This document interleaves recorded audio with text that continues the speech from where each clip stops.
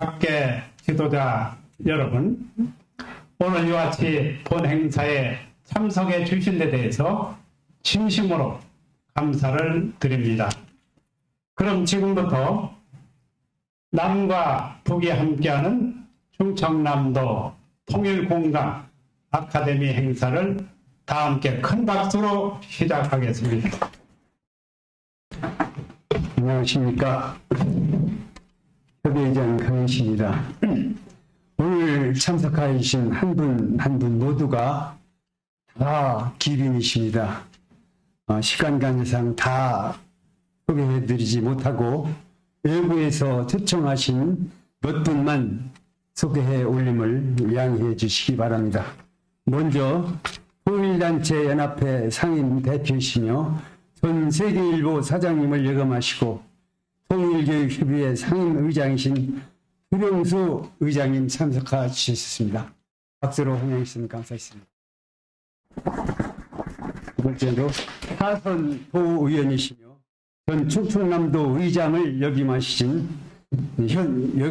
현재는 충청남도 평화대사 협의회장이신 김재봉 회장님을 소개해 올리겠습니다. 현재 사회를 보고 계신 사단법인 남북통일운동 국민학 충청남도 조영옥 회장님 소개해 올리겠습니다. 북한 탈북 주민이시며 통일교육 강사이신 엄예린 강사님 참석해 주셨습니다. 김철수 당진시 상임고문님 소개해 주시고 계십니다. 아까도 말씀드렸듯이 시간 관계상 모두 소개해 드리지 못하고 여기에 참석하신 분이 모두 어디 평화대사 회원이십니다. 일일이 소개해 드리지 못함을 양해해 드리면서 이왕 간단하게 소개를 마치겠습니다. 고맙습니다.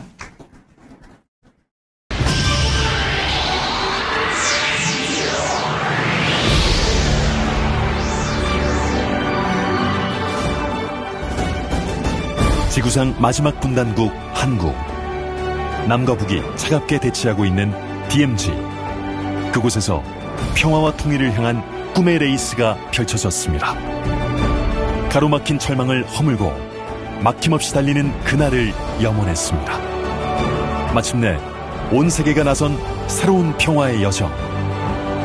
세계인들의 꿈처럼 이제 평화의 봄이 한반도에서 시작돼 전 세계로 퍼져나가고 있습니다.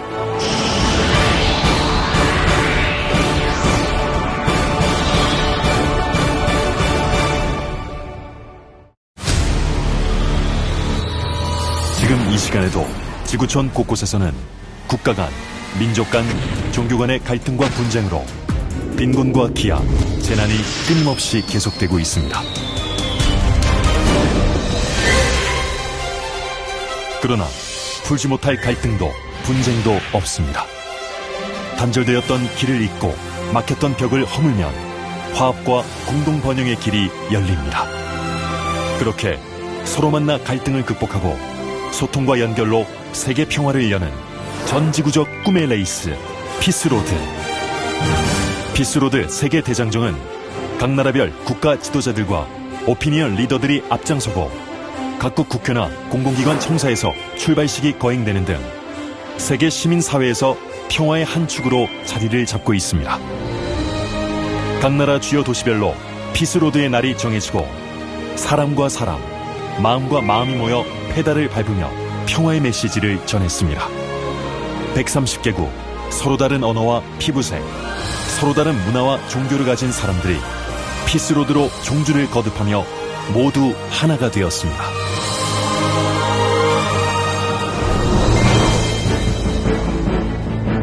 피스로드는 1981년 제10차 국제과학통일회의에서 문선명 한학자 총재 제안으로 시작된 국제평화고속도로 건설 프로젝트에서 출발했습니다.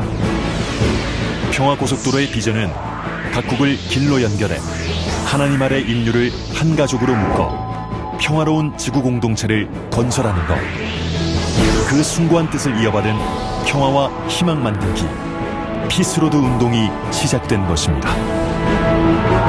2013년에 시작돼 세계가 함께 호흡하며 함께 달려온 9년. 수많은 세계 시민이 참가하는 평화 행진은 해를 거듭하면서 그 규모가 날로 커지고 있습니다. 전 세계 시민들의 가슴을 달구며 전 지구적 평화 축제로 승화돼 새 희망의 홀씨를 퍼뜨려가고 있습니다. 71년 전 한국 전쟁 때 세계 16개국 청년들이 자유와 평화를 위해 싸웠습니다. 그들의 정신을 기리며 2021 피스로드 한반도 종주가 시작됐습니다. 종주단이 주요 광역도시를 거쳐 임진각으로 향합니다. 지금 달리는 이 길이 평양까지 이어지기를 꿈꾸며 내달립니다. 희망을 안고 통일로 가자. 무더위도 높은 언덕도 힘들지 않았습니다. 세계 지도자들과 시민들의 땀방울이 모아진 피스로드 2021 한반도 통일 대장정. 오직 세계 평화와 한반도 통일의 한 뜻을 담았습니다. 힘껏 페달을 밟는 만큼 목표에 더 가까이 다가갈 것입니다.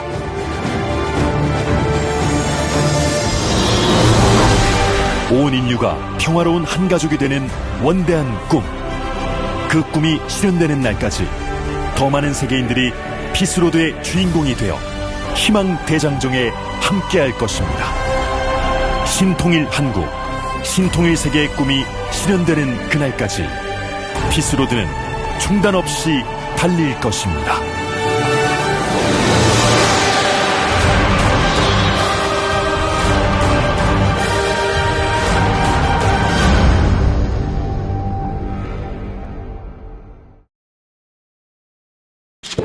오늘 해안시대의 중심도시 개천산업이 거점 도시로 거듭 발전해 나가고 있는 이곳 당진에서 남과 북이 함께하는 충청남도 통일공감 아카데미 세미나를 개최하게 된 것을 매우 뜻깊게 생각을 합니다. 오늘 자리를 함께해 주신 여러분, 영상으로 시청해 주실 충청남도 내의 평화 지도자 여러분들을 진심으로 환영해 맞이 않습니다. 특히 오늘 여러분들과 조한 대화의 시간을 마련해 주시기 위해 먼 길 마다하지 않고 이곳까지 와주신 소련수 회장님께 진심으로 고맙다는 말씀과 더불어 환영의 인사를 전해드리는 바입니다.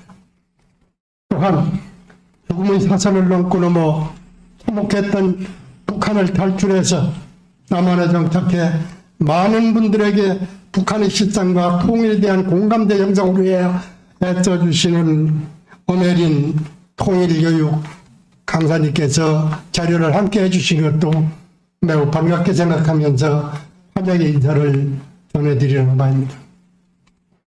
금년도는 문선명 한학자 총재께서 북한을 방문해 김일성 주석과 단독 회담을 한 지 30주년이 되는 해입니다. 그런데 여기서 우리가 뒤돌아서 생각해 볼 것은 김일성 주석이 도대체 무엇 때문에 문선명 한학자 총재님을 초청을 해서 단독회담을 했나 하는 것을 곰곰이 뒤집어볼 필요가 있다고 생각이 됩니다. 문선명 총재는 김일성 주석이 죽이려고 흥남 감옥에 가뒀던 사람입니다. 그러나 6.25의 돌발로 인해서 흥남 감옥이 미제 10분단 앙도 아몬드 중장에 의해서 상륙작전이 성공해서 흥남 감옥이 문이 열리면서 죽음의 문턱에서 살아난 사람이 문선명 총재입니다. 자기가 죽이려고 했던 문선명 총재, 특히 평생을 살아오면서 반공주의에 철저하게 무장이 됐던 문선명 총재, 반공을 뛰어넘어 공산주의를 시조차 말려야 한다는 성공의 이념을 전 국민에게 확산시키기 위해서 성공연합을 창설, 전국민 성공연합 운동을 철저하게 시행해왔던 김일성에게 보면은 아주 철천지 원수 같은 사람인데, 뭐 때문에 김일성 주석이 문선명 총재를 북한으로 초청을 했고 단독회담을 하고 10개 항목에 대한 남북 합의서를 작성하는데 합의를 보았다고 하는 사실은 무엇인가가 김일성 주석으로서는 아마 생각한 것이 있으리라고 생각이 듭니다. 이 시작이 하기 전에 1년 전 문선명 총재, 한학자 총재는 소련 모스크바를 방문해서 고르바초프 소련 대통령과 단독회담을 했습니다. 여기에서도 단독회담 합의가 이루어진 사항들이 있었습니다. 그 합의 내용과 고르바초프 소련 대통령과 문선명 총재가 단독회담을 만났던 재반 사정이 모스크바 주재 북한 대사에 의하여 김정일에게 정확하게 전달이 됐고, 또 전달된 사항은 김일성 주석에게 그대로 보고가 됐습니다. 그 내용지 문선명이라고 하는 사람이 일개 종교의 지도자가 아니라 세계적인 평화의 지도자일 뿐만 아니라 인류에게 하나님의 참사랑을 전달해주는 진정한 종교인이라고 하는 사실을 김일성 주석은 김정일을 통해서 알았습니다. 우리는 통일을 위해서 어떠한 방법든지 민족의 공감대를 형성하고 그 공감대 속에서 현재 만들어져 있는 휴전선을 결핍하고 남북한이 함께 할 수 있는 새로운 미래 대한민국을 만들어 나가기 위해서 우리 모두가 함께 노력하고 있다고 하는 점 아마 누구도 부인하지 못할까. 자리를 함께 해주신 여러분께서도 조국의 통일을 위해서 늘 걱정하고 함께 노력해 오셨고 세계 평화를 위해서 여러분들은 아낌없는 봉사와 희생을 해 오셨다고 하는 것 누구도 부인하지 못하는 사실입니다. 이제 몇 년이면 남북한이 분단이 된 지 80년입니다. 이제 6.25의 전쟁이 75년이 가까워졌습니다. 이때껏 이 나라 이민족이 겪어왔던 고통과 손안과 아픔을 그 누가 보상해 줄 것이며 그 누가 이것을 이룩해야 할 것이며 우리가 겪었던 가슴 아픈 뼈저린 전쟁의 아픔을 우리 후손들에게 또다시 유산으로 물려줘야 할 것이냐 하는 문제가 우리 앞에 대두되고 있습니다. 북한에서는 지금도 ICBM을 비롯해서 SLBM 잠수함에서 발사하는 미사일까지 발사되고 있는 이 시점에 과연 우리는 이렇게 앉아서 감 떨어지듯이 통일을 바라만 보고 있을 수가 있겠느냐 하는 얘기입니다. 세계 요동치고 있는 허약부가 우리는 중동이라고 얘기를 했습니다. 중동은 세계 평화를 가로막는 전쟁의 돌발점이 될 수 있는 가장 위험한 지역이라고 했습니다. 제가 2005년도 이스라엘 예루살렘에서 개최됐던 중동평화의 전망이라고 하는 세미나가 5월 10일서부터 16일까지 일주일간 개최된 바가 있는데 그곳에 참석했습니다. 그곳에 참석을 했을 적에 이스라엘 대표가 하는 얘기가 있었습니다. 그 이스라엘 대표는 저에게 그런 얘기를 했습니다. 조국이 있다고 하는 것이 얼마나 행복한 일이고 조국 땅에서 살고 있다고 하는 사실 자체가 얼마나 평화스럽고 행복한 일인지 아무도 모를 것이라고 얘기를 했습니다. 2000년 전에 그 땅에서 살아오며 복지를 누려왔던 이스라엘 민족은 2000년 전에 그 땅에서 쫓겨났고 2000년 만에 새롭게 그 땅을 차지했습니다만 지금도 이스라엘 민족은 늘 공포와 전쟁의 위험 속에 휩싸이고 있다고 하는 사실. 그러나 1967년도 이스라엘 민족은 죽음으로 전쟁을 또 막아냈습니다. 그건 흔히 우리는 6.1 전쟁이라고 얘기해요. 이집트를 비롯해 예멘, 시리아, 요르단을 비롯한 5개 국가와 겨우 인구 500만 밖에 되지 않는 이스라엘이 8천만 명이라고 하는 5개 국가의 군사와 더불어 전쟁이 있었습니다. 그 당시 이 전쟁을 치렀던 이스라엘 국방장관이 혹시 여러분 생각하실는지 모르겠지만 한쪽 눈이 애꾸가 돼서 까만 걸로 이렇게 맞고 다녔던 다이안 국방상입니다. 이 다이안 국방상은 이제 이 전쟁에서 패하면 이스라엘은 영원히 존재할 수 있고 우리 유대인은 이 세상에서 살 터전을 다시 찾을 수가 없다. 이러니 이 전쟁만은 세상 없이 이겨야 한다고 하는 굳은 결의를 가지고 이스라엘 500만 명이 25만 명의 이스라엘 군대가 600만 명의 5개 국가의 전쟁에서 6일 만에 대승리를 이루었다고 하는 이 전쟁을 놓고 볼 적에 이스라엘 민족이 얼마나 절박했으면은 민족 모두가 이 전쟁에 매달렸습니다. 이게 남북한 합쳐 8천만 한 민족이 휴전선을 없애고 우리가 함께 더불어 사는 대한민국을 만들어내기 위해서 우리는 기필코 이룩해야 하고 달성해야 하고 마련해야 할 통일입니다.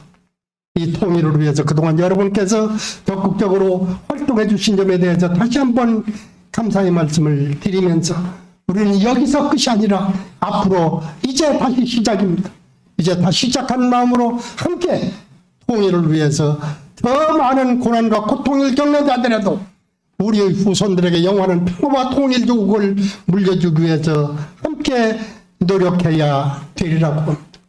문선영 총재께서 전 세계를 돌아다니면서 세계 평화를 위해서 헌신적으로 노력했던 하나님의 참사랑 두익사상을 중심으로 해서 우리는 새로운 평화의 사상과 통일의 정신으로 이 땅을 지켜나가는 새로운 평화의 지도자가 되시기를 여러분에게 간곡하게 당부드리는 말씀으로 환영의 인사에 가름하는 바입니다. 고맙습니다. 네, 안녕하십니까. 남북통일운동연합과 평화애원회원 여러분 반갑습니다. 당진시 국회의원 어기구 인사드립니다. 성구마비의 계절에 남북통일운동연합 충남지부에서 남과 북이 함께하는 통일공감대 아카데미를 개최하게 된 것을 진심으로 축하드립니다. 아울러 코로나의 엄중함 속에 당진 시민의 통일 의지와 역량 강화를 위해 뜻깊은 자리를 마련해 주신 남북통일국민운동연합 조용옥 충남지부장님과 나기복 당진시 지부장님, 평화대사협의 강현식 회장님을 비롯한 관계자 여러분께 진심으로 감사 인사를 드립니다. 최근 한반도 정세는 매우 유동적이고 어떤 면에서는 다소 불안정하기도 합니다. 하지만 동서독 통일의 사라와 같이 분쟁에서 평화로, 대립에서 번영으로 나아간 세계사적 지혜와 성찰이 우리 한반도에서도 실현되어야 합니다. 지난 9월 제76차 유엔 총회 기조연설에서 문재인 대통령께서는 남북, 북미 대화의 조속한 재개와 함께 한반도의 화해 협력의 새로운 질서를 만들어나기 위한 출발점으로서 종전선언을 제안하신 바 있습니다. 종전선언은 한반도 평화의 시작이자 전쟁과 적대의지를 내려놓고 상호간의 신뢰와 존중의 흐름을 증진시키고 있는 매우 유용하고 중요한 의미를 가지는 것이라고 생각합니다. 정부는 앞으로도 이 종전선언을 비롯해 한반도 평화 프로세스의 중단 없는 추진을 위해 일관되게 노력할 것이며 국제사회와 소통하고 협력해 나갈 것입니다. 그 길에 남북통일운동 국민연합과 평화애원회원 여러분께서 앞으로도 늘 함께 해주시기를 당부드립니다. 다시 한번 오늘 남과 북이 함께하는 통일공감대 아카데미 개최를 진심으로 축하드리며 함께하신 모든 분들의 앞날에 건강과 행복이 가득하시길 기원드립니다. 감사합니다. 남과 북이 함께하는 통일공감 아카데미 축사. 여러분 반갑습니다. 충청남도의회 의장 김명선입니다. 남과 북이 함께하는 통일공감 아카데미 개최를 진심으로 축하드립니다.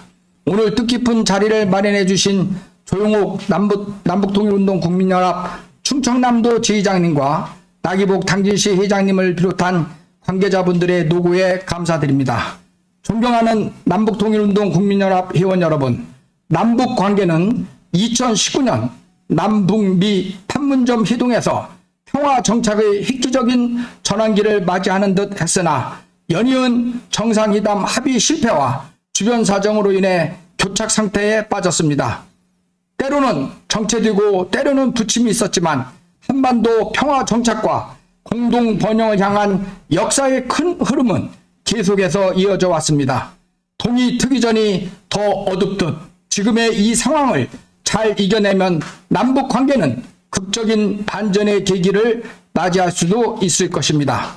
한반도 평화와 번영의 새로운 미래를 열어가는 과정에서 평화와 통일에 대한 공감대 형성은 우리의 삶의 터전인 지역사회로부터 통일 문제에 대한 대화 소통에서 시작되어야 합니다.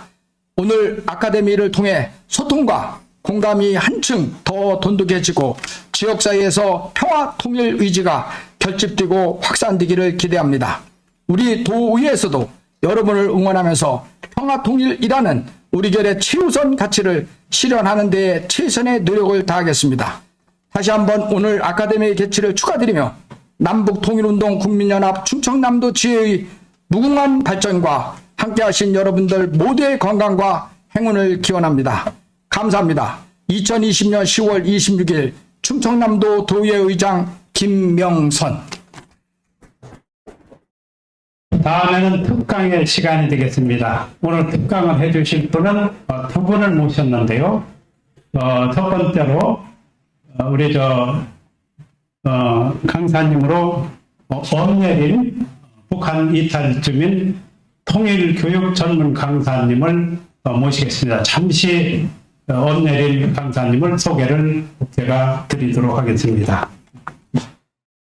엄예린 강사님께서는 탈북해서 2009년 5월 12일에 자유대안의 품에 안긴 북한 이탈 주민으로서 북한에서 청년기동 예술선전대와 함흥철도국 영광전기대에서 활약을 하셨고 대한민국에 입국한 이후에는 사단법인 자유북한 방송 아나운서로 활동을 하셨고 자양군인이 초중고등학교 학교에서 300회 이상 통일교육 전문 강사로 현재 활동하고 계십니다.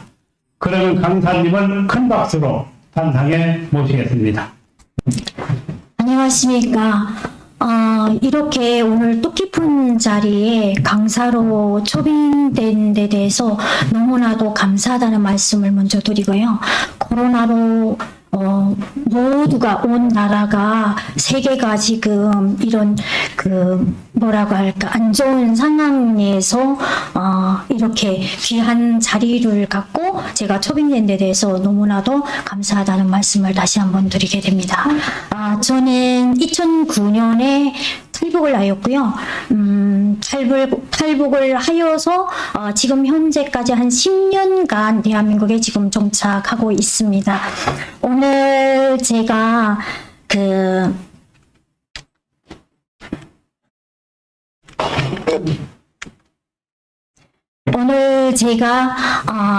남과 북이 이제는 분단이 반세기를 넘어서 70년이라는 세월이 이젠 지나서 80년이 되었는데요. 이런 세월 동안에 흐르면서 서로가 아웅다웅 다투며 6.25 전쟁이라는 아픔까지 겪으면서 어떤 노정을 통해서 남과 북이 발전해 왔는지 또 우리가 왜 통일을 해야 되는지 그런 필요성에 대해서 오늘 말씀드리는 그런 시간을 갖도록 하겠습니다.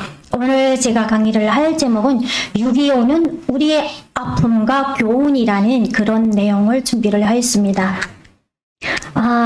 저는 2009년에 탈북을 하여가지고요. 와서 할 줄도 모르는 개인 사업도 조금 좀 해봤고요. 그런 속에서 이빨도 안 나게 콩밥을 먹겠다고 하네. 이렇게 해서 좀 힘들어갖고, 대한민국에 정착도 못해가지고 2년 만에 인터넷 쇼핑몰을 하겠다니까 그게 될 게 뭐예요. 그래서, 내가 하초의 바닥부터 배우면서 올라가야 되겠다 싶어서 그 다음에 쭉 공부를 하고 회사에 들어가서 취직도 하고 또 통일교육원에 가서 이렇게 통일 안보 교육, 강사 교육도 받고 이렇게 해서 성장을 해왔습니다.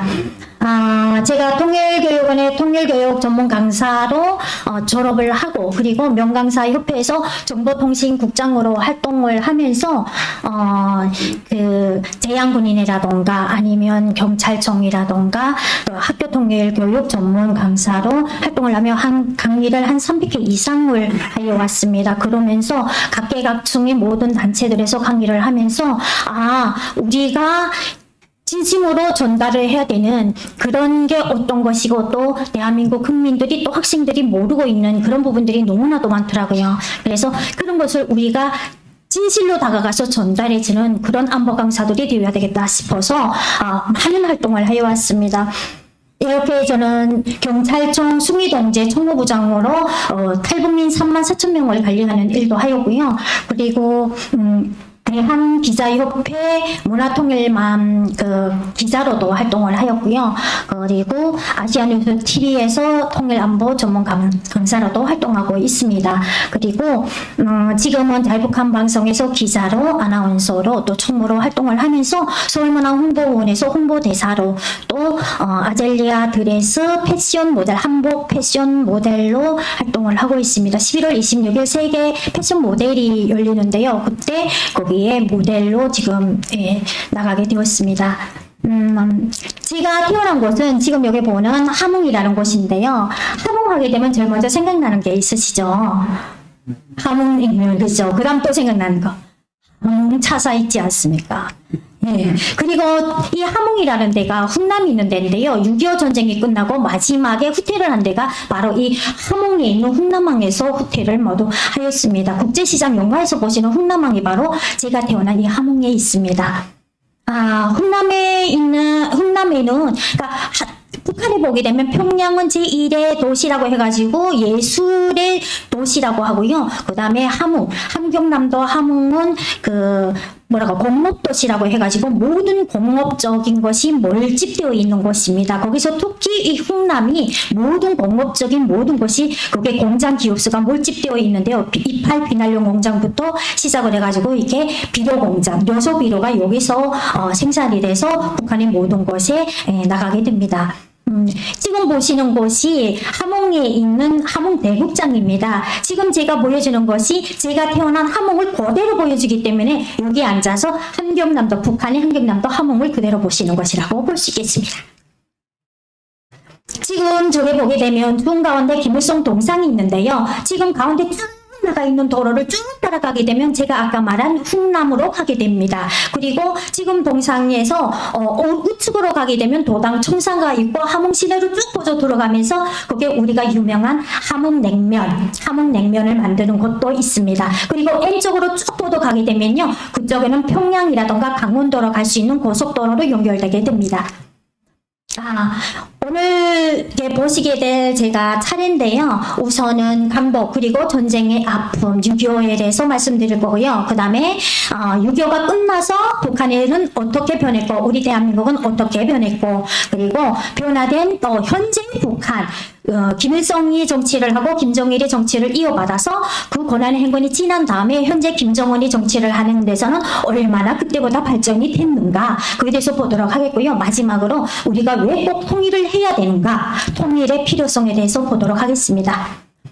자, 우리는 나라를 처음에 일본에게 나라를 짓밟혀서 나라를 이뤘습니다. 1939년엔 일본군으로 소련군의 포로가 됐고요. 1941년에는 소련군으로 독일군의 포로가 될 수밖에 없었습니다. 그리고 1944년에는 독일군으로 연합군의 포로가 되었었습니다. 그리고 우리 여성들은 정군 위안부로 끌려가서 치욕스러운 그런 생활을 하게 되었었습니다. 그리고 6.25 전쟁으로 한해서 남과 북이 모두 피해를 봤는데요. 이렇게 인명피해가 500만 명 이상 가족이 1000만 명 이상이 나오고요. 그리고 전쟁과 전쟁 미망인 그리고 흑토가 80% 이상이 다 타작이 나는 그런 상태에 겪게 되었었습니다. 그러면 이 전쟁의 아픔이 우리 국민들에게 어떤 아픔을 가져다 줬는지 짧은 영상을 통해서 한번 보도록 하겠습니다.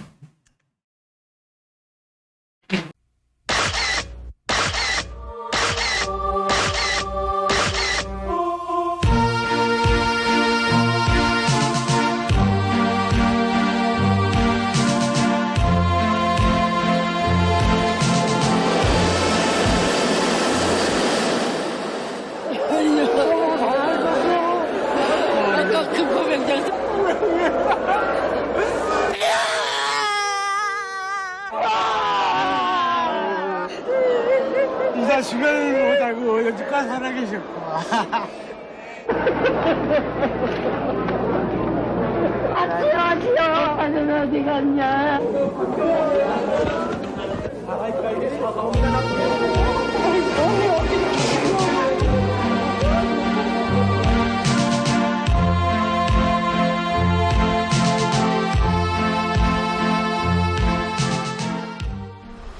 네, 반세기 이산의 한과 아픔을 녹여내리는 눈물의 상봉이었습니다.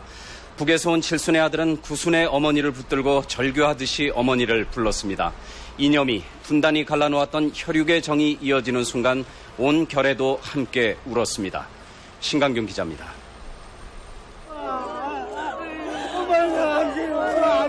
하늘 아래 하나뿐인 이름 어머니. 그 이름을 오늘 북에서 온 자식은 50년 만에 목 놓아 불러봅니다. 전쟁의 날벼락 속에서 자식을 잃어버리고 그 자식의 이름만 부르다 그만 지쳐서 늙어버린 어머니.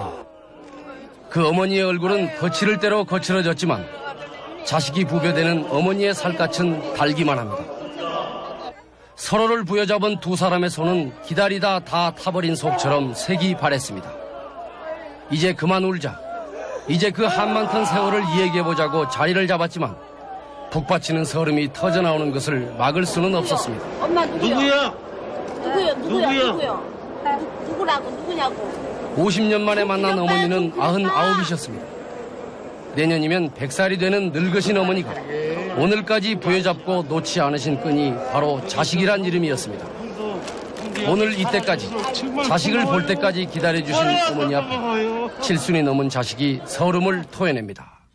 그래도 어머니가 이 자식을 못하고 여지까지 살아계셨고. 치매로 말 한마디 하기 어려운 어머니를 대신한 작은 아들이 형님에게 전하는 말은 바로 어머니의 마음입니다.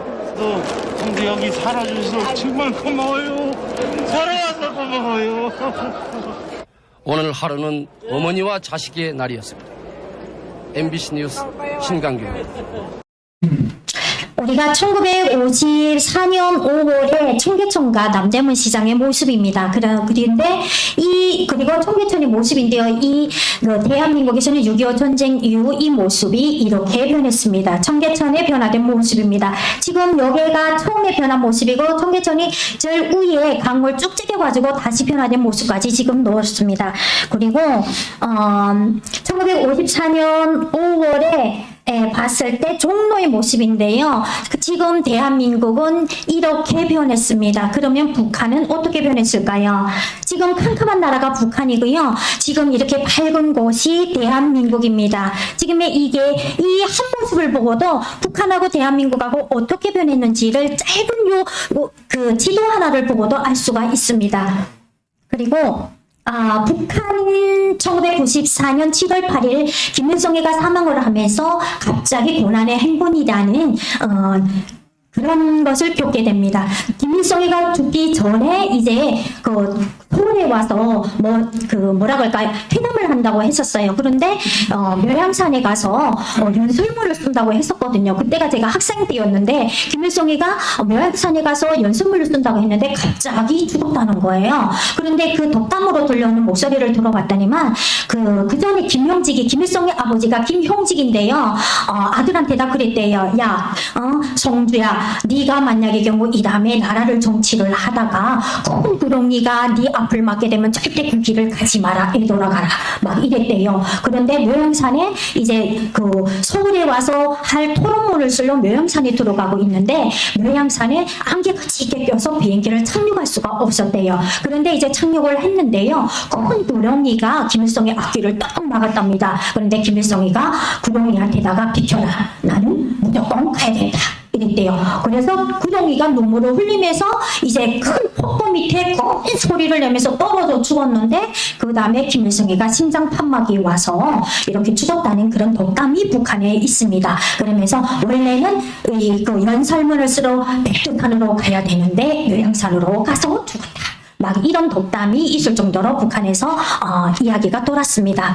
그래서 1994년대 김일성이 사망을 하면서 북한에는 고난의 행군이라는 그 행군이 시작됐는데요. 고난의 행군이 어떤 행군이냐면요. 북한에서 김일성이 항일 빨치산 투쟁을 할 때에 그 일본의 추격을 당하면서 이제 산에 갇히는 그런 상황이 있었어요. 그런데 산에 갇혀서 애부와 접촉을 못하다 보니까 먹을 것도 없고 막 얼어 죽을 그런 임박이 들었는데요. 그때 그 행군을 고난의 행군이라고 하고 항일 빨치산의 그때 상황을 우리가 어릴 때 초등학교 1학년부터 이제 세뇌교육을 지키는 그런 행군이 있습니다. 그런데 1994년에 김일성이가 사망을 하면서 제일 먼저 아사를 하신 분들이 과학자들, 그냥 글밖에 모르던 그런 분들, 그 다음에 나이 드신 분들, 어르신들, 그런 분들부터 먼저 사망하기 시작하였습니다. 그 다음에 어른들도 자기가 먹고 살기가 힘드니까 자식들 다 버리고 자기네가 자기 입이라도 건사하려고 나갔고요.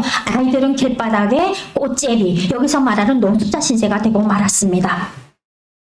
이렇게 북한에서 어린 아이들이 이렇게 죽어가는 그런 모습입니다. 아자다가 많이 나고요. 북한의 김일성 동상, 김정일의 동상이 38,000여 개가 있는데요. 여기는 동부터 시작해서 궁까지 동상에 다 들어갑니다. 변색이 가지 말라고 궁과 동을 합해서 동상을 만들었었습니다. 그리고 김일성과 김정일의 시신이 금수산 기념공정에 지금 안치되어 있는데요. 이렇게 안에다가 소련에서 와가지고 러시아 있잖아요. 러시아에서 와서 시약으로 가지고 이렇게 원래의 모습 그대로 보존을 하고 있는데요. 1년에 그 시신을 관리 비용만 20억 정도 든다고 합니다. 이런 돈을 국민들에게 쌀을 사서 먹었으면 얼마나 좋았겠습니까? 그리고 고난의 행군식에 죽어가는 아이들입니다. 산은 다 국민들이 먹고 살기 위해서 나무를 다 꺾어가지고요. 이렇게 벌거숭이 산을 융동산으로 만들어서 모두 곡식을 심었습니다. 그런데 북한에도 나무를 심는 식수들이 있는데요. 나무를 심게 되면 사람들이 딱 올라가서 어떻게 앉아야 나무 뿌리를 탁 드러나요. 나무 뿌리를 못 받게. 그러면 나무가 죽겠죠. 그러면 자기네가 곡식을 또 이게 심어 먹을 수가 있겠죠. 그렇게 합니다. 먹고 살자니 별수단을 다 합니다.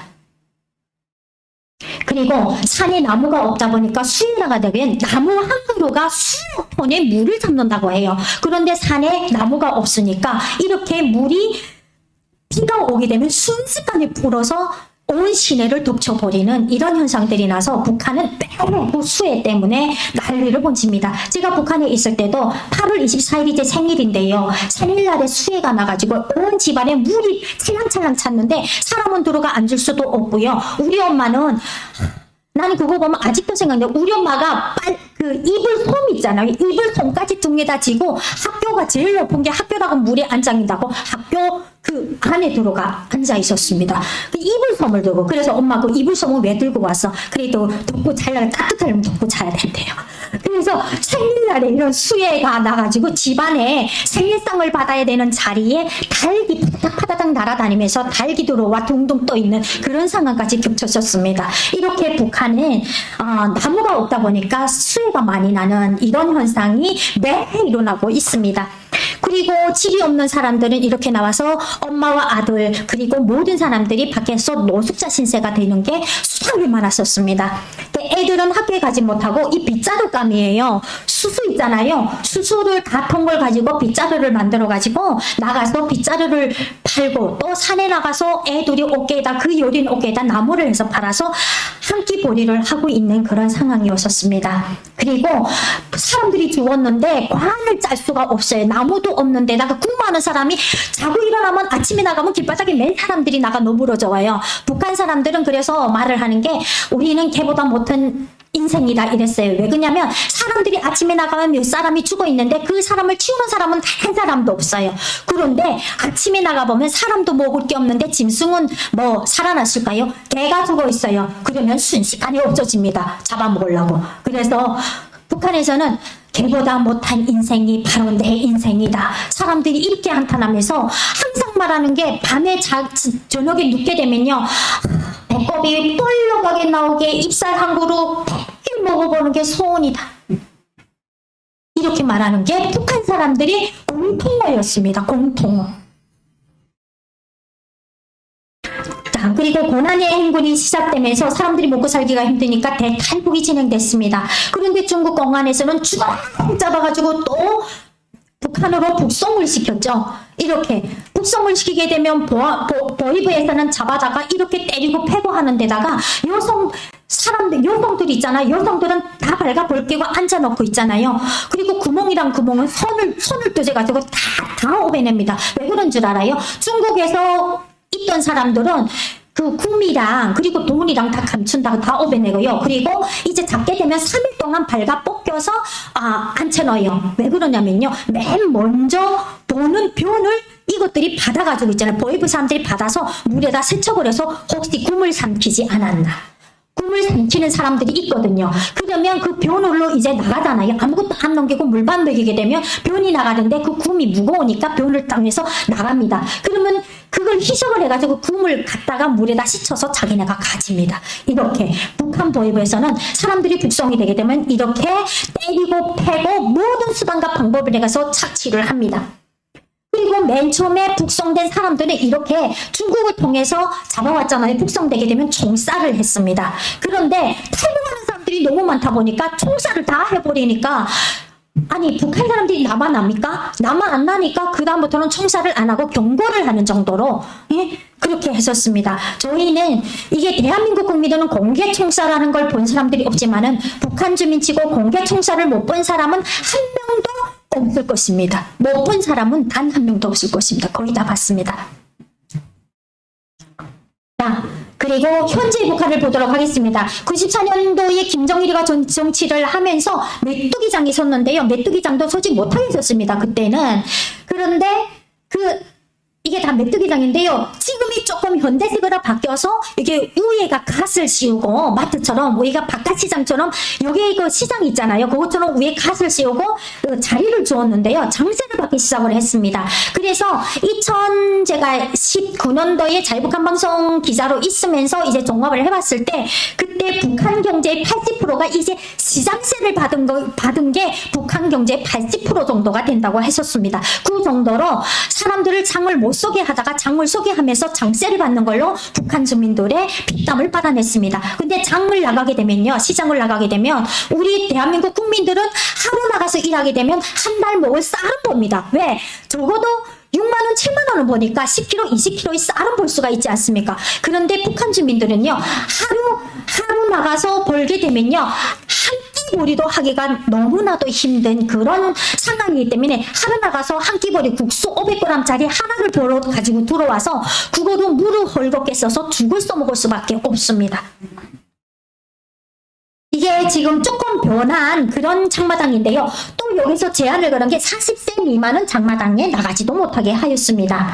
그리고 조금 이렇게 마트처럼 이런 데를 마련해 놨는데요. 이것은 애화를 벌어들이기 위한 그런 꼼수의 마트라고 보실 수가 있습니다. 북한에서 이렇게 이제는 그 핸드폰이 이렇게 많이 사용을 하는데요. 여기 밑에 보듯이 부부형 선전화 딱 보기에도 커플이 같으죠. 여기서는 커플이라고 하는데 북한에서는 부부형 선전화 해가지고 이렇게 유도를 해가지고 팔아먹는 거죠. 그리고 일반 전화입니다. 일반 전화는 이렇게 화면 접속, 수감식 뭐 이렇게 여러 가지 형태로 하는데요.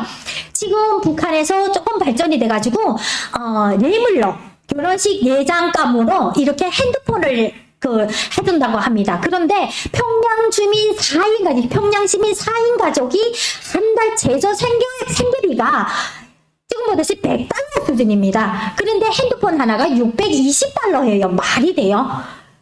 그런데도 핸드폰을 한다는 게 그게 북한 주민들이 개인 장사를 다 해서 이렇게 하는 겁니다. 그러니까 이제 예장으로 620달러짜리 핸드폰을 주게 되면 진짜 잘 사는 집이겠죠. 그리고 김정은도 핸드폰으로 짜장면을 배달시켜 먹는다고 합니다. 참 기가 막힙니다. 그리고 북한 이게 명함 있잖아요. 명함을 구전에는 이게 한글로 이렇게 했는데 지금은 애국에서 들어오는 사람들도 해서 이게 명함도 영어로 이렇게 만드는 조금 변한 그런 거죠. 그리고 모란봉 경음악단인데요. 구전에 저희가 있을 때는 보천부 경음악단이 있었어요. 보천부 경음악단은 김일성의 기쁨조였고요. 그 다음에 이제 악단이 모란봉 경음악단, 왕재산 경음악단 나왔는데 김정일이의 그 기쁨전은 왕재산 경음악단이었어요. 그리고 김정문의 결국은 기쁨조가 모란봉 이게 경음악단인데요. 김정문이가 지금도 밤에 이제 잠이 안 오고 하게 되면 갑자기 이런데 쳐들어가가지고 야 공연해라 노래 불러라 막 이런다고 합니다. 그리고 마지막으로 통일일성 우리가 왜 통일을 해야 되냐 이걸 좀 보도록 하겠습니다. 우리가 남북이 엄청 싸웠죠. 제가 북한에 있을 때 저희 애삼촌이 그 8.28 도끼 사건이라고 하는 게 여기 분들도 다 아실 것이에요. 8.28 도끼 사건 때 우리 애삼촌이 도끼에 맞아 죽었었거든요. 그래서 우리 그 엄마네 가족이 전사자 가족 그런 거에 해가지고 국가에서 대우를 받아요. 그때는 북한에서는 남북이 그냥 좀 싸우고 다투기만 하게 되면 남자성 계리 도당들이 도발을 일으키고 막 이렇게 한단 말이에요. 언제 한번 북한이 자기네가 했다는 적은 단 한 번도 없습니다. 그런데 북한에서 대한민국에 와서 국정원에서 조사를 딱 받으니까 국정원 선생님들이 얘기를 하는 게 전쟁을 누가 뭐 일으켰습니까 하니까 우리는 배운 게 그거니까 미제 신명이들 그리고 남자성 계리도당들이 일으켰습니다 하니까 아니라는 거예요. 그래서 그 다음에 거짓말합니다. 국정원 선생님들이 거짓말합니다 하니까 그 다음에 영상 자료를 해가지고 보여주는데 아니 세상에 북한에서 일으켰다는 거예요. 북한에 영화도 있잖아요. 1950년 6월 25일 일요일 쉬고 있는 일요일 날 미제 신명과 앞자리들 남자성 계리도당들이 전쟁을 일으켰다 하면서 이제 비행기가 막 뜨는 것부터 영화가 시작이 되거든요. 그래서 북한 주민들은 어릴 때부터 요만할 때부터 미제는 우리 북한이란 땅을 먹기 위한 그냥 숙량이 그냥 그런 철천지 원수다. 그리고 남조선이라는 거는 그냥 그 미제의 앞자리 돼가지고 그냥 북한을 허심탄 노리는 그런 거다 이렇게 알고 있었단 말이에요. 우리가 대한민국에 와서 살아보니까 야 진짜 북한이란 땅이 꽉 막아놓은 데서 북한 주민들을 세뇌하고 얼마나 그런 것이 알려질까봐 세뇌하고 닫아놓고 북한은 인터넷도 못합니다. 세계 소식 보지도 못합니다. TV도 있잖아요. 딱 한 개 채널만 하는데요. 오죽하면 장교하는 아들이 TV를 한대 엄마한테다 시골에 있는 엄마한테다 TV를 한 대 사놓고 갔다가 3년 있다가 왔습니다. 그런데 엄마가 하는 소리 아들아 저 안에 TV는 다 봤으니까 다른 TV를 사다무 했대요. 이게 무슨 뜻이냐면요. TV를 한 채널, 3통로. 그게 북한에서는 통로라고 하는데 3채널. 딱 한 채널만 방영하다 보니까 매번 했던 기록영화요 매번 했던 것만 하니까 엄마가 나이 드신 엄마가 앉아서 보이 어저께 했던 것도 또 하고 오늘 했던 것도 또 하고 저번에 했던 것도 또 하니까 이 안에 TV는 내가 다 본기구나. 그 아들이 봤으니 이 안에 TV는 다 봤으니까 나도 다른 TV 사다 이게 어처구니가 없는 거잖아요. 그러니 새로운 소지가 다도 못 듣고 그냥 거기서 주입시키는 거 그런 것만 듣고 어쩌다 이제 대한민국 소식을 듣기는 하는데요. 여기서 이제 가끔 가다가 이제 투쟁하는 거 농성투쟁하는 거 있잖아요. 그것만 보여줘요. 남조선 계리도당들이 국민들을 억압하고 막 월급도 안 주고 이래서 남조선 국민들이 막 벽분에서 들고 일어났다 막 이러는 거예요. 우리는 그게 사실인 줄 알았어요. 항상 자본주의 하게 되면 돈 있는 사람들이 돈 없는 사람을 착취하고 월급도 안 자고 막 이런 걸로 알고 있었거든요. 그런데 대한민국에 보니까 우리가 돈이 없다고 우리가 집이 없다고 누가 착취하는 사람도 없어요. 그리고 우리가 조금 힘들다고 쌀을 갖다 줘, 김치 갖다 줘, 먹을 거 갖다 줘. 국가에서 우리가 왔다고 정착금을 줘가지고 너네 5년 동안은 힘들더라도 여기까지 살아서 너네 해라 하고 정착금도 줘. 여기저기에서 그냥 도와줘. 이러고 있는데 북한에서는요. 너네 탈북을 하게 되면 거기서 어떻게 하는지 알아? 피를 멍땅 뽑아서 피를 멍땅 갈아가지고 다 죽게 만든다? 처음에는 가게 되면 너네 북한에 대해서 이런 성공만 이런 거 나쁘다는 그런 것만 하고 그렇게 하게 되면 또 기자회견만 하게 되면 차도 주고 집도 주고 다 준다 이렇게 하다가는 그렇게 다 말한다 기자회견도 한다면 죽여버린다는 거예요. 그 언젠가 우리가 북한에 있을 때 제가 북한에 있을 때 그 김철진이라든가 그 판문점 그러니까 바다로 들어온 그 군인 2명이 판문점으로 간 사건이 있었을 거예요. 근데 북한에서 그 병사들을 여기서 안 기쁜 놈들이 고문하다 못해 피를 멍땅 뽑아가지고 짐승피도 다 갈았대요. 그리고 이제 이 사람들을 보냈는데 며칠 살지도 못하고 죽었다가 막 이렇게 했거든요. 근데 그거를 딱 보니까 북한에서 되게 잡다리에서 죽인 것 같은데 그 두 사람 진짜 다 죽었거든요. 다 죽였는데 그 사람에 대해서 이게 나오는 것도 없어요. 나와서 뭐 그런 것도 없고 그냥 다 죽였다면서 남자상 베레토당들이 죽였다는 거예요. 사람 피를 다 먹고 짐승 피를 넣어서 다 죽였대요. 그게 북한이에요, 결과가. 자, 이렇게 우리가 통일을 하게 되면 서로가 싸우지 않는, 다치지 않은 평화 통일을 하게 됩니다. 우리가 보다시피 천안함 사건, 2010년 3월 26일 천안함 사건이 있었는데요. 엄청나게 군인들이 많이 아사를 했죠. 군인들이 많이 이렇게 사망을 하면서 진짜 분통이 터지는 그런 시간이었었는데요. 그 다음에 또 있은 게 연평도 사건. 이때는 또 어떻게 됐습니까? 2010년 11월 23일 이때는 마을까지 다 폭격이 되고 국민들, 대한민국 시민들까지 이렇게 사망을 하는 그런 엄청난 사건이 있었습니다. 그리고 우리가 통일을 하게 되면 북한 3대 정치가 무너지고 김일성인의 그 3대가 무너지게 되면 다수의 결론으로 이제 국가를 움직이는 그런 게 오게 되면 좀 개방을 하고 통일을 할 수 있지 않을까 이런 생각을 또 하게 됩니다. 그리고 핵이 없는 남북의 대화와 통일, 세계 평화를 이룰 수 있습니다.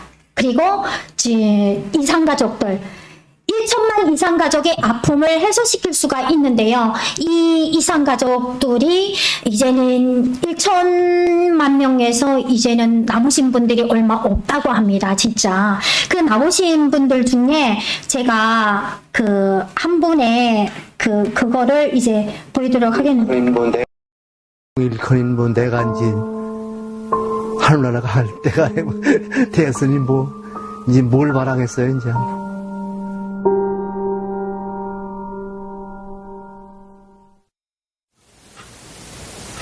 아버님 통일이 되어서 가서 배울 줄 알았는데 시간이 너무 많이 흘렀습니다. 하늘나라에서라도 편히 쉬시기 바랍니다.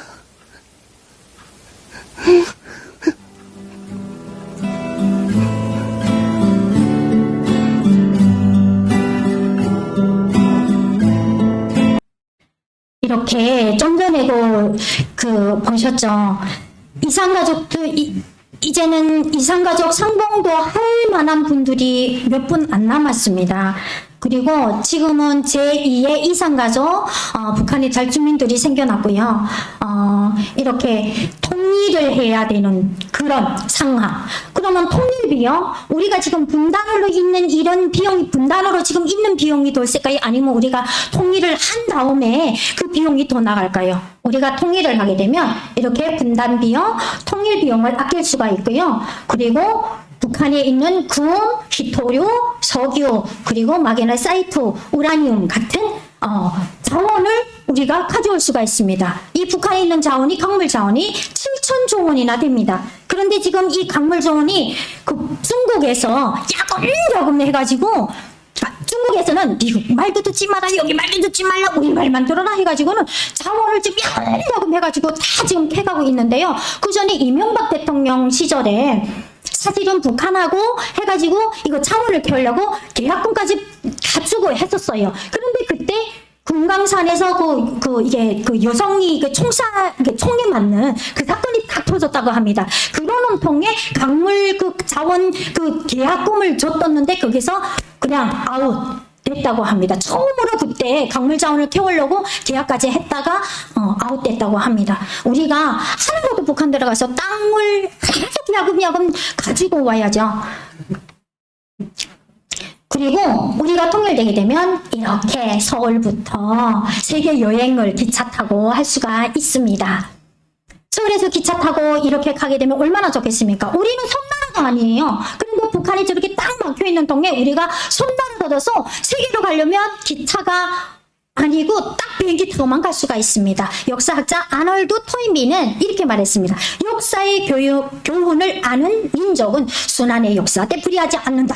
이렇게 말했습니다. 우리가 안보를 튼튼히 하면 운비의 역사가 될 것이고 또 안보를 소홀히 하게 되면 순환의 역사가 될 것입니다. 우리가 통일을 해야 된다. 박근혜 대통령이 말했어요. 통일은 대박이다. 저는 저는 그 말이 너무나도 좋다고 생각을 합니다. 통일은 대박입니다. 왜 그러냐면 남과 북이 합해서 이제 인구도 늘어나고 자원을, 북한에 있는 자원을 우리 대한민국이 캐와서 활용할 수가 있다면, 우리 대한민국은 안티가 발전을 했지만은 자원이 부족한 나라입니다. 그래서 모든 걸 해외에서 수출해서 오거든요. 그런데 북한이 우리 한반도에 우리 땅이 되게 되면 우리도 세계에 수출을 하면서 우리가 쓸 것도 쓰고 세계에 수출도 할 수 있는 그런 세월이 올 수가 있습니다. 우리가 북한에 있을 때 이 북한에서 이제 석유 있잖아요. 원유가 나오는데 이 세계 그 지구에서 이게 북한에게 쌀한박 형태로 생겼대요. 쌀한박 형태의 밑둥아리가 북한에 있다고 합니다. 그런데 위에서 지금 자꾸 캐먹고 있는데, 우리가 밑둥아리인 북한에서 캐먹게 되면 다른 나라에서 캐먹지는 못하겠죠. 왜 쌀한박이 밑에서 캐먹으면 위에서 자꾸 밑으로 들어가지고 위로 들어올 수는 없잖아요. 그래서 그때 해외에서 북한에 연유가 있다고 해가지고 원유가 있다고 와서 한번 해봤대요. 그런데 이게 쌀한박이래요. 아니구나, 북한이 캐먹으면 우리가 못 캐먹겠구나. 그래서 입을 싹 쑥고 갔대요. 그런데 그게 누구 말하는 게 북한에 원유가 있다 이랬대요. 그래서 우리는 무조건 통일을 해야 된다는 거. 그런데 김일성, 김정일, 김정은 이 3대 정치가 망한다고 하게 되면 그 다음에 어떤 정치가 들어가든 간에 다수 결론으로 해가지고 우리 대한민국이 주권을 쥐고 통일을 하는 그런 통일이 돼야 된다는 거. 제가 조금 요즘에 들어 조금 실망을 한 게 왜 자꾸만 북한이 끌려가는지 모르겠다는 저는 자꾸만 생각이 들고요. 가끔 가다가 대한민국이 왜 북한이 되어가지 하는 생각도 하게 됩니다. 작년에 제가 저 강남원 광장에서 그 탈북민 하나가 아사한 사건이 있어서 그때 우리가 거기 가서 이렇게 조문을 하고 했었는데요. 밤에 11시 반인가 됐는데 강남원 광장 옆에서 그냥 북한 노래가 깜짝 울려 퍼지는 거예요. 우리는 탈북민들은 북한 노래를 알잖아요. 이게 뭐야? 야, 이게 대한민국 맞아? 경찰이다 신고를 했습니다. 신고를 했는데 신고를 받은 경찰? 누가 신고를 받았는지 모를 정도로 가만히 있는 거예요. 탈북민들이 그래서 그때 막 청와대 막 쳐들어가고 막 그랬던 그런 사건까지 일었습니다. 이게 북한이지 이게 남한이냐? 이게 대한민국이냐고 막 이랬던 그런 사건이 있었습니다. 저희가 문재인 대통령을 제가 2번이나 찍어둔 사람이거든요. 왜 그러냐면 통일을 하지 않을까 이래서 찍었는데, 지금은 제가 가슴에 제가 이렇게 가끔마다 두드릴 때가 좀 많습니다. 왜 그럴까? 이런 통일을 우리가 바란 건 아닌데, 이런 통일을 바란 건 아닌데 주권을 쥐야지 왜 끌려가지? 나 같은 탈북민도 아는데 그렇잖아요. 나 같은 탈북민도 아는데 왜 정치를 하는 사람들이 그걸 모를까? 서로가 싸우지 말고 합해서 통일을 하는데, 저는 김정은이를 끌고 와서 미국의 대통령들을 끌고 와서 우리 대한민국이 정권을 잡고 우리 대한민국이 주권을 쥐고 통일할 수 있는, 이번에 대통령은 꼭 국민의 말도 안 되는 그런 우리 대한민국 국민들이 세계에서 진짜 대한민국 국민들이 우선이 되는 그런 나라의 그런 대통령을 좀 뽑았으면 하는 그런 바람입니다. 감사합니다. 몇 분이 또 처음 오신 분이 계시기 때문에 소개를 하도록 하겠습니다. 서령세장님은 지금 현재 사단법인 평화통일단체 총연합 대표, 상임 대표로 계십니다. 이 평화통일 총연합회는 우리나라 통일 관련 단체가 등록된 단체가 한 150개 단체입니다. 통일부에. 근데 등록되지 않은 단체가 합하면 700여 단체가 되는데, 그 700여 단체 총 대표로 계신 분입니다. 자유총연맹이라든지 이런 관련단체 비롯해서 많은 그런 민간 단체가 있는데, 총연합회 대표로 계시고, 또 저희 연합, 남부도는 국민연합의 상임 고문으로 과거에 회장 등 많이 오랫동안 하셨습니다. 현재 계시고요. 또 잘 아시다시피 세계일보 사장은 또 역임하셨고, 또 통일교육협의회 상임 의장도 역임하셨고, 어쨌든 참 경력을 일일이 다 소개를 못합니다. 우리 관공서라든지 군부대 또 수많은 통일단체 수천 번의 특강을 하시고 강의를 하시고 이랬던 분입니다. 제가 일일이 소개를 다 못 드립니다만은 이런 귀한 분을 오늘 이렇게 당진에 모시게 됐습니다. 감사의 박수, 큰 박수 보내주시기 바랍니다. 질문 한 2번 받으면 2시에서 4시까지 이렇게 이제 정리가 되지 않겠냐. 여기 좀 남북 통일을 위해서 이렇게 공감대가 필요하다. 그게 남과 북이 어떻게 같은 생각으로 만날 수 있을까? 지금은 아주 차이가 엄청나잖아요. 그래서 그걸 한번 아카데미 형식으로 토론해보자 이런 얘기입니다. 지금 북한의 사정을 아주 단편적으로라도 여러분이 보셨어요. 왜 남북 간에는 좀 경제적 차이가 났을까? 이런 생각을 해보면 많은 정치학자들은 체제의 차이라고 그래요. 체제의 차이. 그래야 사회주의를 선택했냐, 자본주의를 선택했냐. 우리가 체제라고 할 때는 하나 이념을 전제로 한 집단들의 그 구성이고 그걸 지향하는 정치 세력들의 집단인데 정치적으로는 공산주의, 민주주의 그럽니다. 표현할 때. 근데 경제적으로는 자본주의, 사회주의 그래요. 그러니까 사회주의하고 자본주의가 뭐가 다르냐.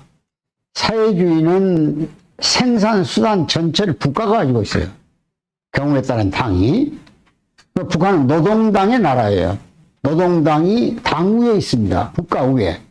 그리고 노동당 규약 밑에 국가 헌법이 있는 거예요. 정당이 있고. 그래서 모든 직책도 당의 직책을 우선하는 거예요. 김정은이는 노동당의 국무위원회 위원장입니다. 그래서 국무위원회 위원장. 그리고 나서 이제 국가에 가서는 이제 뭐 여러 형태의 직책을 가지고 있겠죠. 장관이란 게 당의 총 비서들의 밑에 다 있는 거예요. 노동당 밑에. 그런 특이한 나라예요. 근데 같은 공산국가라도 중국이나 이런 뭐 베트남 같은 나라들은 당내에서 민주주의라고 하는 것을 받아들여요. 그걸 당내 민주주의라고 하거든요. 당내에서 권력을 배분한다 그런 얘기예요. 그 중국도 7명의 상무위원이 권력을 다 분류해가지고 있어요. 뭐 예를 들면 군부는 누가 장악한다. 기업은 누가 장악한다. 이렇게 무역은 누가 장악한다. 이렇게 담당 다 위원들이 있어요. 그 7명의 상무위원에서 1명을 대표로 뽑아서 서기장이 되는 거예요. 지금 시진핑처럼. 베트남도 그래요. 근데 북한만은 모든 권력을 한 사람이 가지고 있어요. 김정은이가. 그래서 김정은이 밑에 줄을 서야만 살아가 남는 거예요. 조금만 도전하면 그 이틀은 안 보여요, 그냥. 박수 잘못 쳤다고 가불잖아요? 건성박수. 장성택이는 김정은이가 연설할 때 건성건 쳤다고 해서 간 겁니다. 그걸 건성박수 때문에 죽었다고 그래요. 이게 김정은이 연설할 때는 열렬박수를 쳐야 돼요. 위에다 손을 얹어놓고. 한번 쳐볼래요, 여러분들? 열렬박수 위에다 치는 거예요. 한번 쳐보세요. 북에 가서 살아남을 그거 연습부터 잘해야 돼요. 그 다음에 김용진 교육부 총리는 연설 도중에 안경 따갔다고 가봤어요. 건방지다고. 그 다음에 참모총장 이영길이는 졸았다고 가버렸어요. 그러니까 북에는 2인자가 없어요. 한 사람이라도 도전하면 그 다음날 바뀌어버려요. 절대 권력이에요. 그거 뭐 총살을 시키든 뭐라든 의의가 없어요. 체제 앞에 도전하면. 그러니까 김정은 혼자서 권력을 다 가지고 있는 거예요. 누가 관심을 더 갖냐에 따라 권력이 배분되죠. 그 예를 들면 여동생 김여정이가 김정은을 대신해서 남쪽에 대해서 뭐 우리 대통령을 삶은 소대가리라니 이렇게 하잖아요. 미국의 대변인이라니 이런 표현을 쓰는 거예요. 그게 권력이 그쪽으로 간다 그런 뜻이죠. 아무튼 간에 체제 경쟁에서 경제적으로 차이가 나는 겁니다. 우리는 이승만이라는 대통령이 미국서 공부를 하면서 미국의 민주주의를 알았다 이게야. 그래서 아직 국민의 수준은 거기 미치지 못한데 오자마자 재헌의회를 소집하면서 민주주의식 헌법을 만들어버렸어요. 유진호 박사를 통해서. 그러니까 우리나라는 다른 나라에 비해서 민주주의가 상당히 발전하면서 따라서 자본주의가 따라온 거예요. 시장경제가. 그러니까 경쟁을 하잖아요. 그래가지고 서로 모든 재산을 국민의 개인에게 줬다 이게요. 네가 열심히 벌어서 쓰고 싶은 만큼 쓰고 국가가 제정한 세금을 열심히 내라. 이게 이제 자본주의 체제고 경쟁하도록. 공산주의 체제는 국가가 모든 걸 다 책임질 테니 무상으로 다 준다는 거 아니에요. 그러니 열심히만 해라. 그래서 노력 동원을 하고 군중을 동원하는 거예요. 그 중에서 어려울 때는 소위 천리마 운동도 하고 요즘 말리마 운동 하죠. 뭐 천리를 띄워서는 안 된다 해서 만리를 띄우라고 그러고, 그 다음에 지금 지난번에 얘기했던 고난행군, 90년 중반기에 엄청난 경제적 파국이 와가지고 고난의 행군을 시작했죠. 먹고 살 길이 없으니까. 그때 생겨난 것이 메뚜기 시장이에요. 메뚜기처럼 그냥 마대 깔고 장사하다가 보안원이 오면 경찰이 오면 갖고 뛰어 메뚜기처럼. 그게 메뚜기 시장이에요. 알았으면 박수나 쳐보시죠. 근데 이제 이것이 좀 규모가 커지니까 장마당이 됐다 이게. 그래서 북한 경제의 80%를 장마당이 유지하는 거야. 배급을 못 주니까. 모든 건 무상으로 배급 준다고 그랬거든요. 근데 배급을 줄 공급망이 없어요. 그러니까 결국 수요는 자꾸 늘어나는데, 그래서 자기가 먹고 사는. 바로 초기 우리 조선조 시대 이후에 일제시대라 이럴 때 우리가 먹고 살던 방식이에요. 돈이랑 화폐를 만들기 위해서는 임금 근로자가 없으니까 농촌에서 생산한 농산물을 가지고 시장에 내다 팔아야 돼요. 고추를 팔든 마늘을 팔든 뭐 녹두를 팔든 뭐 쌀을 팔든 그래야 돈을 만지잖아요. 그런 식으로 북한에서도 자연적으로 장마당이 생겨나가지고 북한 경제의 80%를 지정하는 거예요. 그 별걸 다 갖다 팔죠. 뭐 심지어 없는 거 없어요. 이렇게 이제 경제를 유지하니까 북한 권력도 상당히 편해졌어요. 배급량을 챙길 필요가 없잖아요. 특수한 사람에게만 줘요. 평양 시내 그 당 관료라든지 이런 사람들, 그 아파트 같은 거 평양에 화려하게 지어놓은 거 보세요. 기술자 거리니 뭐 이런 거, 과학자 거리니 이런 거 다 있어요. 거기도 뭐 강남 특구가 있어, 특구. 제일 고등학교라든지 이런 데 보내가지고 김일성대학 가려면 그런 교육 학원이 많은 데 가서 아파트로 살아야 되거든요. 그건 다 프리미엄 붙어 있어요, 전부 다. 보통 지금 평양에서 한 30평짜리 살려면 우리 돈으로 10억 줘야 돼, 10억. 강남은 한 25억 줘야 되지만은 거기에 프리미엄 다 붙어 있다니 거래가 된다니까요.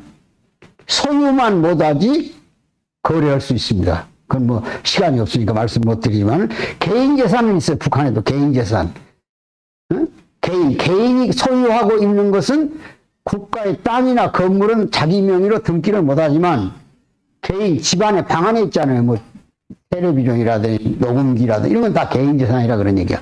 그런 식으로 아파트 소유권을 가질 수 있는 거, 관리권을. 그렇게 해서 지금 우리는 자본주의 체제를 만들어 가지고 다행히 개인의 능력에 따라서 차별이 나고, 또 부지런하면 밥은 먹고 살잖아요. 아까 얘기했잖아요. 하루 나가면 뭐 쌀 한 가마에 사올 수 있다. 충분히 사올 수 있죠. 지금 인건비가 얼마나 비쌉니까? 기술 가진 사람은 보통 하루 30만 원 줘야 되고 보통 노동자도 뭐 15만 원 막 입주하잖아요. 15만 원 쌀 한 가마에 사잖아요, 지금 현재. 그러니까 우리는 자기 노력에 따라서 경제를 발전시켜서 가고 북한은 국가관리 체제에 들어갔으니까 협동소유니까 사유재산이 없으니까 전혀 자기 것이 아니에요. 그러니까 관심이 없어요. 그 파탄이 나든 회사 안 나든 자기하고는 상관이 없어요. 배급만 타면 되니까. 그러니까 발전이 안 하죠. 그리고 전부 관리가 다 무너져 버려요. 무슨 얘기냐면 농촌에서 우리가 벼를 뱁니다. 벼를 베다가 전에는 논두렁에다 갖다 놓잖아요. 그러면은 비가 옵니다. 그 국가가 아무 소리 안 해도 밤에 분풀 들고 가서 전부 집으로 끌고 오든 물 안 샌 곳으로, 물 안 들어온 곳으로 갖다 건져내요. 자기 거니까. 근데 북에서는 협동농민 농사 지었는데 비가 와요. 막 종을 치고 무슨 마이크를 동원해가지고 인민들 동원하십시오. 협동조합원들 일어나서 논에 깔려있는 벼를 건져냅시다 해도 안 일어납니다. 그 다음날 막 불러다 놓고 호통을 치죠. 당 그 비서들이 와가지고 왜 인민들 밤새 그렇게 비상을 걸었는데 하나도 안 나오냐고 노인이 앞에 앉았다가 졸고 있다가 아 이제 나이가 들었는지 귀가 안 들려 못 들었네 그래요. 그럼 뒤에서 똑같이 나도 못 들었어. 그러면 그 어떻게 다 죽여볼 수 없고 말. 그러니까 관리에서 80%가 소비돼 없어져 버린 거예요. 생산물들이. 그러니까 애정이 안 가는 거예요. 내 것이라고 할 때 애정이 가지. 이게 소유관계에서 결정되는 거예요. 그러니까 체제를 사회주의를 선택한 나라치고 하나도 경제적으로 발전 나라가 없어요. 그래서 이제 중국도 시장경제를 도입하고 베트남도 시장경제. 시장경제의 전제 조건은 개혁개방이에요. 체제를 받아들이도록 만들어야 되고 그 다음에 개방을 해가지고 자본이나 기술이 들어오도록 해줘야 돼. 그걸 보장해줘야 되고. 누가 북한에다 투자를 해서 핵을 만들고 있는데, 갖고 있는데. 기업이고 뭐고 다 망해버린데 거기다 왜 투자를 하겠어요? 안 가는 거예요. 그러니까 자본이 안 들어오니까 경제가 발전할 수 없어. 기술이 안 들어와요. 이런 면에서 북한 체제가 언제쯤 해방될 것인가, 바르게 살 것인가는 지금 김정은이라는 사람이 살아있는 한 불가능합니다. 제가 볼 때는. 저도 평생 이 분야만 연구했는데, 왜냐? 그 김정은이라는 백두혈통 체제가 유지되기 위한 체제 관리를 해야 되잖아요. 절대 옹호하도록. 그런데 어떻게 개방경제를 쓰겠어요? 아까 손전화라는 게 생겨가지고 통신은 돼요. 내부 안에서. 장사하려니까 장마당에서 물건 받으려니까 중국하고도 거래되고 다 되거든요. 뭐 물건 떨어져 갖다 달라고도. 다 그래야 장사가 될 거 아니에요. 겨울이고 오고 통신해야. 그러니까 이동 버스도 생기고 다 그랬어요. 지금. 경기 노선은 없어도. 그런데 그것이 특수한 정보는 못 받아들이게 돼. 남쪽 소식을 스스로 듣는다든지 세계 정세를 그런 절대 그걸 방송 채널이 없는 거예요. 북한 사람들이 지난번 동계올림픽 용평에 와서 했을 때, 강원도에 했을 때, 그 선수단들이 많이 왔잖아요. 응원단도 오고. 제일 처음에 놀란 것이 텔레비전 채널을 밤새 돌려도 나온다. 아까 뭐 텔레비전 갖다 줬는데 새 방송밖에 안 나오니까 다 써먹었다고 다른 거 사달라고 그랬다는 거 아니야. 일리가 있는 얘기예요. 근데 어떻게 소리 속 나오냐, 이게 계속. 별의별 게 다 나오지. 그 다음에 두 번째 놀란 것이 음식이 간데마다 이렇게 많이 있냐, 먹을 것, 입을 것이. 이거 이해가 안 가는 거예요, 자기들 체제라서는. 어? 그 다음에 대통령을 어떻게 똥강아지 부르듯 서냐고 말이야. 어? 문재인이라는 막 타도오자, 막, 응? 탄핵하자, 죽여버리자고 그러고 말이야. 응? 정광훈 목사 같은 문재인을 동네 강아지한테 두고 있잖아요. 그래도 안 잡아가잖아. 잡아갔다 내놔 불고. 그리고 이 상상도 못하는 일들이 충격으로 오는 거예요, 그 사람들에게. 이런 것이 특수한 경우에만 오면 좋은데, 북한도 지금 제2의 고난의 행군을 시작했어, 다시. 금년 6월 달에 총비서회의에서. 그러니까 그건 뭘 말하느냐. 그만큼 90년 중반기에, 94년에 왔던 고난의 시기가 또 왔다 그런 얘기야. 그보다 더 왔다 그런, 더 어렵게 됐다 그런 얘기야. 그러면 북한이 고난의 시기가 오면요, 자기 체제를 수호하는 것이 1순위에 올라와요. 대외적인 문제보다도. 그래서 제일 북한이 지금 우리하고 70년 동안에 이렇게 남북 간에 협상을 하면서 여러 번 해도 우리가 져요. 협상에서 말려요. 전략전술을 못 따라가요. 북한 사람 남쪽을 연구하는 집단들이 한 번 임명되면 죽을 때까지 해요. 근데 여기는 정권만 바뀌면 싹 갈아버린다, 이거야. 대공정보요원들 전부를. 그러니까 헷갈려서 못해요. 들어와가지고 알만 하면 또 갈려버리고 그러니까. 이게 모든 협상은 우리가 불리해, 늘. 그런데 북쪽 사람들은 고분인 저분가야. 죽어도 당의 지시를 따라야 되니까. 그래서 우리가 딸리는데 딱 91년 남북 기본 합의에서만은 우리가 이긴 거예요. 우리가 원하는 대로 조약을 했어요. 왜 그러냐? 그때 90년대라는 상황이 북한을 가장 어렵게 만들어 놨다 그런 얘기예요. 응? 어떻게 어렵게 만들었을까요?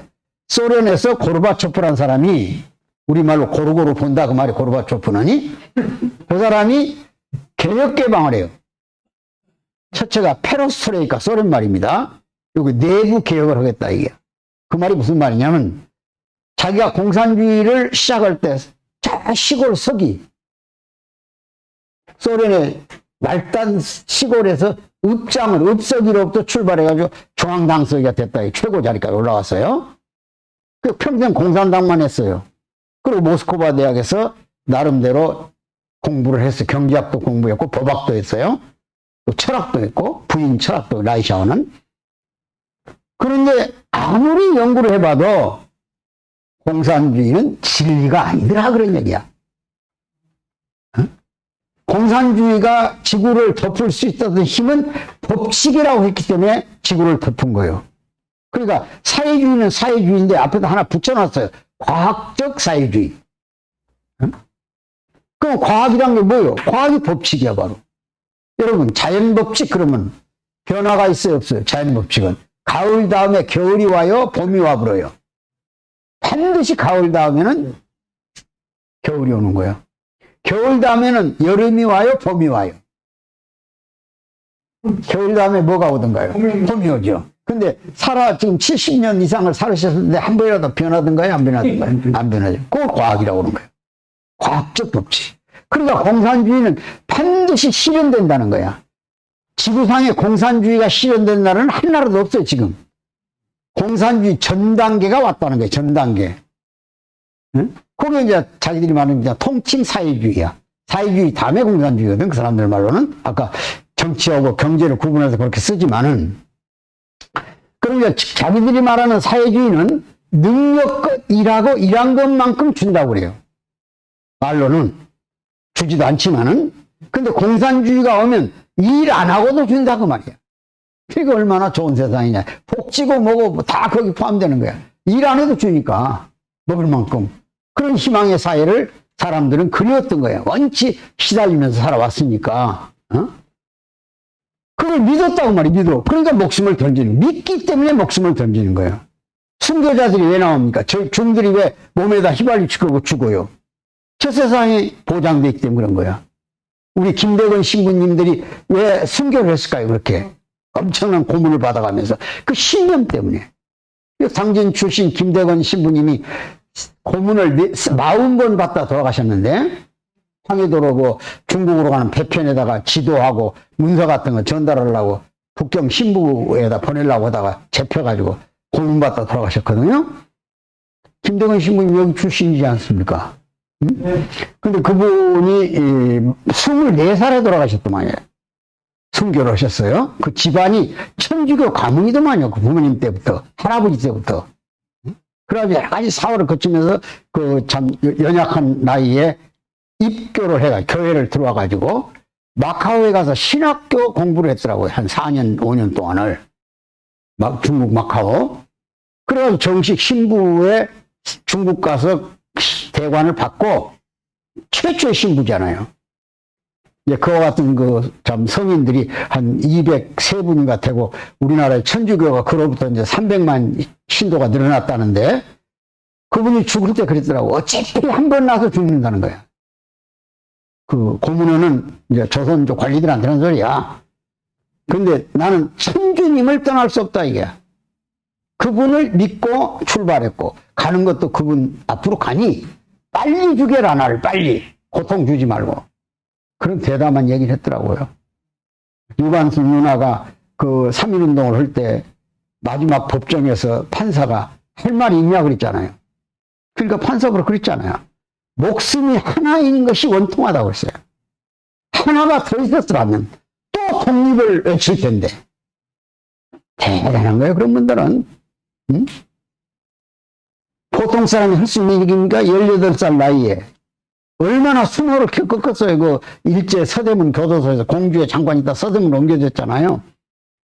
최고의 악질 그 순사들만 모여서 고문하던 교도관들이 그 서대문에 있었던 거 아니 독립사들 다 관리했으니까. 옷을 벗기고 별짓 다 했죠. 응? 그런데도 막 날만 새면 막 눈만 뜨면 독립을 외치니까 미치광이죠. 그래서 빨리 죽여보라고 해서 1년 조금 넘어가지고 사형원도 내려가지고 집행하잖아요. 그때 그랬잖아요. 판사보로 마지막 할 말이 뭐냐 하니까 목숨이 하나인 게 원통하다. 하나가 더 있었으면 또 독립을 외칠 텐데. 이게 정말 동양 최대 잔다르크입니다. 이 정부가 애국자들 교육을 잘못해서 그러지. 응? 충청도는 정말로 위대한 분들이 많아요. 내가 충청도인들이 애국을 어떻게 했는가를 좀 관심 있게 봐봤어. 이번 여기 오면서. 유관순 누나는 벌써 잔다르크 자서전을 읽었더만요. 벌써 이화학당에 가가지고. 그러면서 조선에 잔다르크가 된다고는 생각을 했더라고요. 18살 때. 응? 그리고 3.1운동이 탑골공원에서 일으킨 것들이 그 이화학당 학생들부터 시작해가지고 동경에 영향받았고, 그 다음에 우리 고종황제 서거시면서 이제 국민적 정서가 있었고, 그때 또 스페인 독감이 그 전에 있었어요. 그 독감이라는 것이 굉장히 세상을 바꿉니다. 지금 우리가 코로나 지금 앞에 있잖아요. 코로나 이후의 세계를 그려보라는 거야. 어떤 세계가 올 것 같은가. 엄청난 변화가 옵니다, 이제. 중세에 패스트라는 게 있어요. 패스트. 전염병. 우리로 말하면 장티부스 비슷한 호열자 이런 거예요. 그 유럽의 패스트는요, 한번 전염이 되면 7시간 만에 죽어버려요. 우리 코로나는 걸려도 살 확률이 높잖아요. 지금 한 3년 견디는데 2,700명밖에 안 죽었잖아요. 그러니까 사망률이 낮은 거예요. 아주 우리 방역도 잘해서 걸리면은. 근데 패스는 그냥 전염되면 7시간 만에 새카맣게 사버린 거예요. 그냥 기가 막히니까 애기 나가지고 전물렸는데 전염돼가지고 저보고 죽어버린다. 이것이 세상을 바꾼 거예요. 그때가 어느 시대냐? 교황이 국왕을 임명하고 못된 짓거리 하던 시대야.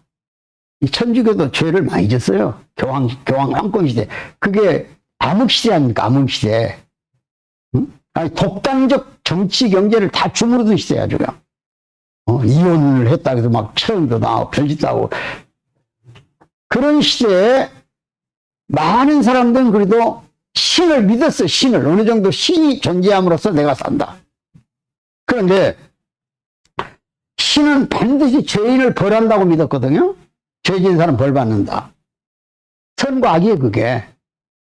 근데 애기가 태어나서 젖을 물기 전에 싹하면 죽어버려요. 이거 무슨 죄를 지었냐, 그런 얘기야. 여기서 생각이 바뀌어버린 거예요. 이게 인본주의의 태동입니다. 인간중심주의. 어? 이게 문예부흥을 만들고 이것이 르네상스라는 거예요. 이것이 어디까지 가냐? 공산주의까지 가는 거예요. 인간중심주의. 공산주의가 최초로 나와서 주장한 것이 신의 죽음을 예언한 거야. 신은 죽었다는 거야. 예수도 후세된 인간들이 날조된 가공인물이라는 거야. 없다는 게 예수가 원래 그걸 만들었지, 사람들이. 응? 공산주의자는 주장이야. 유물론자들이. 그래서 인간은 오직 먹은 그대로 된다 그랬던 거예요. 먹은 그대로. 먹어야 살고 먹지 않는 한 죽는다. 정신 이런 거 없다. 정신은 하나의 모사, 반영 이런 느낌이지, 사진처럼 느낌이지 결코 존재하지 않는다. 그게 유물론이라는 거야. 그 후에 역사가 생기고 그 나름대로 정치체제가 생긴 거야. 그러니까 북한에서 김일성이가 신 자리에 앉아있는 거예요, 지금. 이 정치 형태는 여기 북한에 왔지만은 통치 형태는 남쪽에서 기독교가 하는 것도 똑같아요, 북한도. 10계명이 있다니까요, 노동당 규약안에. 10계명, 10가지. 교회 가면 이 10계명 있잖아요. 우상을 섬기지 말라는 거. 그래, 아주 절대신이야, 이게 수령 영도론이라는 거야. 수령이 모든 걸 결정한다는 거야. 그리고 인간은 살아서 로봇화 돼. 수령은 내수고, 당과 군은 뇌에 해당되고, 인민은 사지백체에 해당되는 거야. 그러니까 내수가 명령하면 사지백체는 자동적으로 따라와야 돼. 그래서 북쪽 사람들은 눈 뜨면 이 생각을 먼저 하는 거야.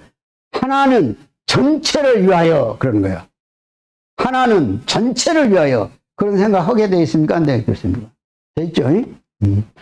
그러니까 다른 생각을 못 하게 돼 있어요, 실제로. 그래서 북쪽에서 가장 존경하는 용어는, 잘 쓰는 용어는 심장이라는 거야. 심장. 사람 속에 심장 있잖아요. 심장. 이번에 고난행군을 출발하면서 김정일이 그랬더라고요. 심장에게 더 마음을 가까이 갑시다. 충성 더 하자, 그 말이죠. 심장이 북의 핵심이잖아요, 수령이. 그리고 여기다가 배지 달고 다니는 것이 배지가 아니야. 소위 초상 휴장이야, 초상 휴장. 김일성, 김정일이 사진을 여기다 모시고 다녀, 심장에다가. 왜 그러냐? 보통 우리들은 생명이 어디서 왔냐 그러면 어디서 왔다고 보세요, 여러분들. 부모님으로 따왔다, 부모님. 아버지, 어머니가 날 낳았잖아요. 근데 북쪽에서 부모님으로 왔다 그래요, 육체적 생명은. 근데 그걸로 끝나는 게 아니라는 거예요. 그 높은 생명이 또 하나 있다는, 그 생명을 사회적, 정치적 생명 그러는 거야. 사회적, 정책 생명. 그 생명은 인간에게만 고유한데 그것이 수령이 줬다는 거야. 사람답게 사는 길을 가르쳐 줬다는 거야. 그 부모는 육신의 생명을 줬으니까 유한적이야. 육신은 가잖아요. 근데 정치적 생명이 영원하다 그런 얘기야. 그래서 김일성이나 김정일은 북한에서는 안 죽었습니다, 지금도. 한도마다 써놨어요. 수령은 인민과 함께 영원하시다고. 써놨어, 안 써놨어요? 수령은 인민과 함께 영원하시다고 놨죠. 영생한다고. 금수장 기념공전에 누워있어요. 빨간 만도를 불러쓰고. 그러니까 내가 거기 가서도 김일성이 앞에 갈 때 주의를 줘요. 첫째, 몸 안에 쇠붙이 같은 거 가지고 가지 마십시오. 둘째, 먼지라든지 마음에 검은 것 모든 걸 털어버리십시오. 정중한 마음으로 수령님께 인사를 드리셔야 됩니다. 왜냐? 수령님은 살아계십니다. 그래요. 그럼 시킨 대로 해야지 어떻게. 그래서 검사 다 받고 정말 털고 막 몇 번 그 에스컬레이터 타고 된 검사예요. 그래서 이제 김일성이 누구 빨간 만토 두고 술 한잔 먹었는지 취했더라고요. 얼굴이 벌그러니. 응? 근데 앞에 입구에다 입상을 세우는데 입상이 뭔지 아세요? 양초로 만든 동상을 입상이라고 그래요. 똑같이 생겼어요. 사람하고 피부색 같은 게 똑같아요. 손이랑. 그대로 세워놨어요. 응? 그 입구에는 막 인민들이 울고 물고 막 죽었을 때 통곡하는 장면을 막 그려놓고 만들어놨어요. 전부 다 동상으로. 그놓고 입상에서 악수를 한번 하려고 했더니 손은 안 나오더라고요. 움직이진 않아. 그냥 모험을 가서 들어갔더니 인사를 시작하십시오 그러더라고요. 이게 어떻게 시키냐면 첫째 다리 밑에서 정중하게 허리굽 인사를 하는데, 그리고 옆구리로 돌아가서 또 인사를 이렇게 하고, 머리에 가서는 하지 말라는 거예요. 그동안은 이제 이렇게 돌아서서 여기서 인사를 하고 이렇게 뒷걸음으로 나오시면 됩니다. 이렇게 가르쳐 줬어요. 그럼 가만히 생각하니까 머리에다 대고 인사하잖아, 우리는 얼굴 보고. 근데 옆구리다 인사하고 다리다만 하라니 기가 막히잖아. 그래서 머리에 가서 나 인사를 한 번 더 했어요. 속으로 그랬지. 이 새끼야, 죽으면 그냥 가지. 뭘 사람을 괴롭히냐 말이야. 응? 죽어가지 왜 괴롭히냐. 살아서 괴롭혀서는 그만 괴롭혀야지. 속으로 그랬어요. 그래서 그런 짓 좀 하지 마라. 죽었으면 깨끗이 가불지. 뭘 방부지 발라가지고 영생한다고 그러고 앉았어. 하나님도 안 믿으면서. 그랬더니 그 상 관리가 동무 좀 들어오시고 오더라고. 들어갔더니 왜 시킨 대로 안 하시오? 어? 아니 우리가 시킨 대로 했지 뭐 안 한 거냐고. 그 머리에서 인사하지 말라고 그랬지 않소? 그랬더니 아니 사람 머리 보고 인사하는 거지 어떻게 뒷다리 보고 인사를 하냐고 그랬지. 안 돼요. 그한 동문 반동원 발언을 즉각 했었는구만. 좀 봅시다 그러더니 중앙당 고문실로 데려가는 기가 강강대로 데려가 보더라고요. 그래 한 7시간 기다렸다 왔어요. 자순서 쓰고 잘못했다고. 그랬더니 보통강 호텔에 갔더니 벌써 중앙당에서 연락이 왔는데 감시 잘해라 해가지고 두 놈이 딱 달라붙더라고요. 그 다음날 와버렸지. 겁이 나가지고. 겁이 나더라고요. 자, 아무튼 시간이 없으니까. 그래서 그 사람들은 심장을 최고의 가치다 둬요. 왜?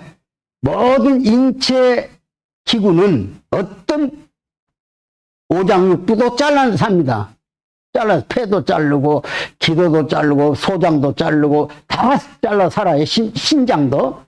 그런데 이 심장은 건들면 죽어버려요. 그러니까 이게 최고의 가치다. 이 위에다 수령을 초상장을 모시는 거예요. 응? 그러니까 이제 두 젊은 남녀가 어린애를 안고 공원길을 가요. 그럼 우리가 부럽죠. 부부가 젊은 애가 어린애 안고 행복하잖아요. 그래서 가서 물어봐요. 어떻게 두 분이 만났습니까? 그러면 얼른 뭐라고 할 것 같아요. 우리나라 사람들은. 사랑으로 만났습니다. 그럼 배우죠. 사랑으로. 북쪽에는 그건 아주 저질스러운 용어입니다. 그것은. 사랑이 있다고 소리는. 뭐라고 해야 되느냐. 심장으로 만났습니다. 그래야 돼. 당의 충성심으로. 그걸 남쪽 사람이 전혀 모르고 있어요. 어? 그러니까 북한은 이미 훈련된 사람들이에요. 체제가. 그러니까 한 사람 김정은이 집단만 바뀌면 전체 인민은 하루아침에 바뀌어버려요. 제가 생각할 때는 지금 다행히 우리 젊은 세대들은 MZ세대라고 해서 우리하고 사고가 다릅니다. 저런 거 보고 우리는 지금 정서적으로 굉장히 불쌍하잖아요. 북쪽 사람이 그 아까 꽃제비라든지 그런 거 보면 야 저렇게 어렵게 북한이 사는구나 그렇게 생각하죠. 젊은 여러분 아무 상관없어. 지가 그런갑다 그러지. 그리고 통일에 대한 애착이 없어요. 공감이 없어 실제로. 응? 통일 왜 하냐는 거야. 불편하지 않다는 거야 지금 하나도. 뭐 때문에 불편하게 통일하는 거야. 통일 안 하는 이유가 세 가지야. 첫째, 비용 많이 들어간다는 거. 둘째, 혼란하다는 거. 셋째, 일자리 뺏긴다는 거. 지금 일자리가 얼마나 없어요. 더군다나 이 팬데믹 때문에. 그러니까 통일하면 이거 부담을 온다는 거예요. 응? 그러듯이 그런 것과 같이 지금 북쪽도 그런 바람이 들어와 버렸어요. 들어가지고 아까 철저하게 수령 영도론 같은 가르쳤던 이념적 체제가 망가져 버렸다 이게야. 그래서 젊은 애들한테 공감이 안 해. 누가 커피잔 들고 다니냐. 요 커피잔 들고 다녀야만 북한에서 젊은이들 알아줍니다. 우리 젊은이들이 점심 먹고 나면 직장인들이 쫙 욕 하나씩 들고 나오잖아요. 응? 북한까지 유행이 가버렸어요. 지금 평양에도 이 커피 한 잔에 한 4불 하거든. 4불 우리 돈으로 한 5,000원. 그거 그냥 7군데 8군데가 생겨났어요. 응? 밥만 먹으면 고업자고 자제들이 거기서 다 시장 갔다 나와 들고 나가는 거예요. 4불이면 얼마나 큰 돈인지 아세요? 1불이 암시장에서 우리 돈으로 8,000원에 팔립니다. 북한 돈으로 따지면 1불이 아마 한 250원이나 이렇게 하는지 모르겠네요. 그 차이가 안 하는데 하여튼 우리 돈으로 한 8,000원치예요. 그러니까 얼마나 비싼 돈입니까? 그러면 4불 줬다면 4불 32,000원이잖아요. 32,000원, 한국 돈 32,000원이면 아마 북한 사람들의 봉급은 잘하면 한 5,000원. 자기들 돈, 우리 돈 5,000원. 그러니까 한 5배, 6배, 5, 8, 40이니까 차이가 나잖아요. 이걸 마음대로 쓰는데 엄청난 돈이 많아요, 그 사람들이. 고급 자원들은 의화를 많이 가지고 있어요. 유로화라든지 또 중국의 위안화라든지. 그러니까 이걸 쓸 자리를 유도하기 위해서 아까 아파트도 짓고 백화점을 만들고 아까 양주 같은 거 쭉 전혀 팔잖아요. 그건 가지고 있는 의화를 끌어내기 위한 정책의 수단인 거예요, 하나에. 그래서 고급 아파트 살아라. 그걸 가지고 거래하는 것을 북쪽 사람들이 의화벌이를 갖다가 자기들 당 필요한 돈에 쓰기 위해서 무기 만드는 데 쓰고 그 소위 끌어내는 거죠. 왜냐하면 옛날 화폐개혁 한번 했어요. 그거 실패했어요. 돈이 안 나와요. 숨겨놓은 돈들이. 그거는 이미 사전에 소문이 나가지고 전부 달러나 유로화로 바꿔버렸어요. 중국 돈으로. 그러니까 자기 돈이 그냥 형편없어 그 화폐개혁 주장했던 박남진가 이 사람 총살시켜버리고 그랬잖아요. 아무튼 여러 가지로 지금 우리가 북한하고 어떤 공감을 가질 수 있냐를 얘기를 하려고 그러는 거예요. 자, 아무튼 북한은 지금 또다시 경제적 제재가 94년 고난의 행군보다 더 강하게 압박을 하고 있습니다. 그때는 똑같이 가난하니까 차이를 몰랐어요. 이 사람도 고생하고 이 사람 고생하니까. 그래서 불만이 별로 없었어요. 근데 이들이 강하게 느낀 것은 뭐냐? 돈 없이는 죽는다는 걸 알았어요. 옆에서 죽어도 방법이 없잖아요. 그래서 이들이 자라가지고 지금 40대, 50대 가까이 다 됐거든요. 젊을 때 한참 먹고 싶을 때 그 고난을 당했으니까 나이 든 사람 죽어갔지만은 그게 이 사람들이 주로 뭐가 되냐? 돈이 하나님이란 걸 알았어요. 그래서 돈주로 전락한 거예요. 돈주로. 매대 깔아주고 텃세 받아먹는 사람. 물건 갖다 주고 하루 종일 장사해가지고 이익금에서 빼가는 사람. 이게 돈주야. 이 사람들이 정치 권력화 해버렸단 말이야. 모든 당과 연결해가지고 정치를 움직여. 그러니까 이 사람들이 이제 지배하는 구조는 결과적으로 의식은 전부가 자본주의화 해버렸어요. 돈 없으면 죽는다. 그래서 물가도 석유하고 쌀 외에는 제재를 못해요. 시장에서 결정되는 거예요. 물건이 귀하면 비싸지고 이런 식으로. 그러니까 사회구조가 바뀌어 있어 지금. 그러니까 김정은이도 어쩔 수 없이 노동당 규약에서 김일성이나 김정일이의 신화적 전설 같은 얘기를 다 빼버렸어요. 과거에는 뭐 김일성이가 압록강을 종이 한 장 타고 왔다 갔다 하느니 솔방울로 수리차를 만들었다느니 뭐 백산 나무에서 뭐 뭘 했다 이런 별 신화가 없었어요. 한 27개 30개 정도 앞에 막 항일 민족의 전설적 후사이시며 뭐 우리 민족의 영조자이시고 영생 조국을 해방시킨 인민이고 인민의 어버이고 막 이런 별별 게 붙어 있었는데 그걸 싹 빼버리고 현실적 그러니까 수령께서는 이렇게 이제 앞에 걸 다 빼버리고 김일성, 김정일, 수령님께서는 이런 정도로 현시화시켰다. 당규약을. 바꿔 말하면 북한도 보통 국가로 가기 위한 노력을 안 할 수 없게 환경이 제도를 바꿔버렸다 그런 얘기야. 이해 가십니까? 근데 이제 그것이 한계에 부딪히는 거예요. 지금은 미국이 공격을 하려고 하니까 우리는 핵을 만들어야 된다 이런 명분을 세워요. 근데 사실은 핵은 미국하고 협상 테이블로 와서 높은 자리를 차지하기 위한 그런 발언권보다는 북한 내 체제가 밥을 먹일 수는 없으니까 그런 무기를 가지고라도 인민들을 흥분시키는 거야. 우리는 지금 이만큼 와서 세계가 놀랄 만큼 핵을 만들어서 남조선에도 없는 걸 우리가 미국과 협상 테이블 맘먹고 미국 대통령도 나한테 절절매고 남쪽 대통령들은 참만 해서 뭘 가지려고 하는데 내가 자존심인데 안 받는다. 이런 식으로. 그래서 그냥 우리 대통령 동네 강아지 알도 드는 거예요, 이것들이. 그러니까 아까 얘기하잖아요. 왜 끌려다니냐고. 근데 이제 문재인 대통령이 무슨 전술인지도 모르지. 끌려다니면서 뭘 얻어오려고 그러지. 한꺼번에 가져오려고 그러니까 그건 모르지. 그러나 저도 그건 몰라요. 어떤 전술, 지금 역사가 좀 가봐야 돼. 바꿔 말하면 지금 김대중 대통령이 2000년에 북하고 남북 간 합의를 해가지고 북쪽을 엄청나게 지원했어요. 식량 50만 톤, 비료 30만 톤을 계속 줬다, 이게. 물론 공짜는 안 줬습니다. 차관으로도 차관. 연 금리를 0.03%로. 근데 지금 벌써 20년이 넘었는데도, 30년 가까이, 20년 가까이 넘었는데도 이자 줄 때가 되는데 소식이 없어. 응? 그럼 뭐 연락해도 답이 없어. 전화도 끊어불고. 그럼 몰상식을 넘으면 줄 때는 뭐 이자 받으려고 했겠어. 그냥 줬겠지. 그것 때문에 북한의 체제가 그나마로 유지가 된 거야. 그래서 많은 학자들은 김정은이 때문에 90년에서 2000년 사이 북한이 망할 걸 체제 유지를 해줬다. 이렇게 평가하는 학자도 있고, 한편으로는 북한 사람들로 하여금 적대 감정을 사라지게 해버렸다는 거야. 남쪽이 잘 산다는 걸 알려줬고, 처음에는 남쪽 물건이 들어가면 포장을 재포장해. 전부 다 뜯어버려요. 뭐, 이제 남해 화학비료 이런 게 포장이 다 대한 적십자산 이런 게 붙었잖아요. 이걸 싹 떼버려요. 라면 봉지부터. 근데 지금은 공공연에 들어가요. 푸대를 다 집집마다 다 있어요. 푸대가. 우리가 준 정부 쌀 푸대라든지 비료 푸대가.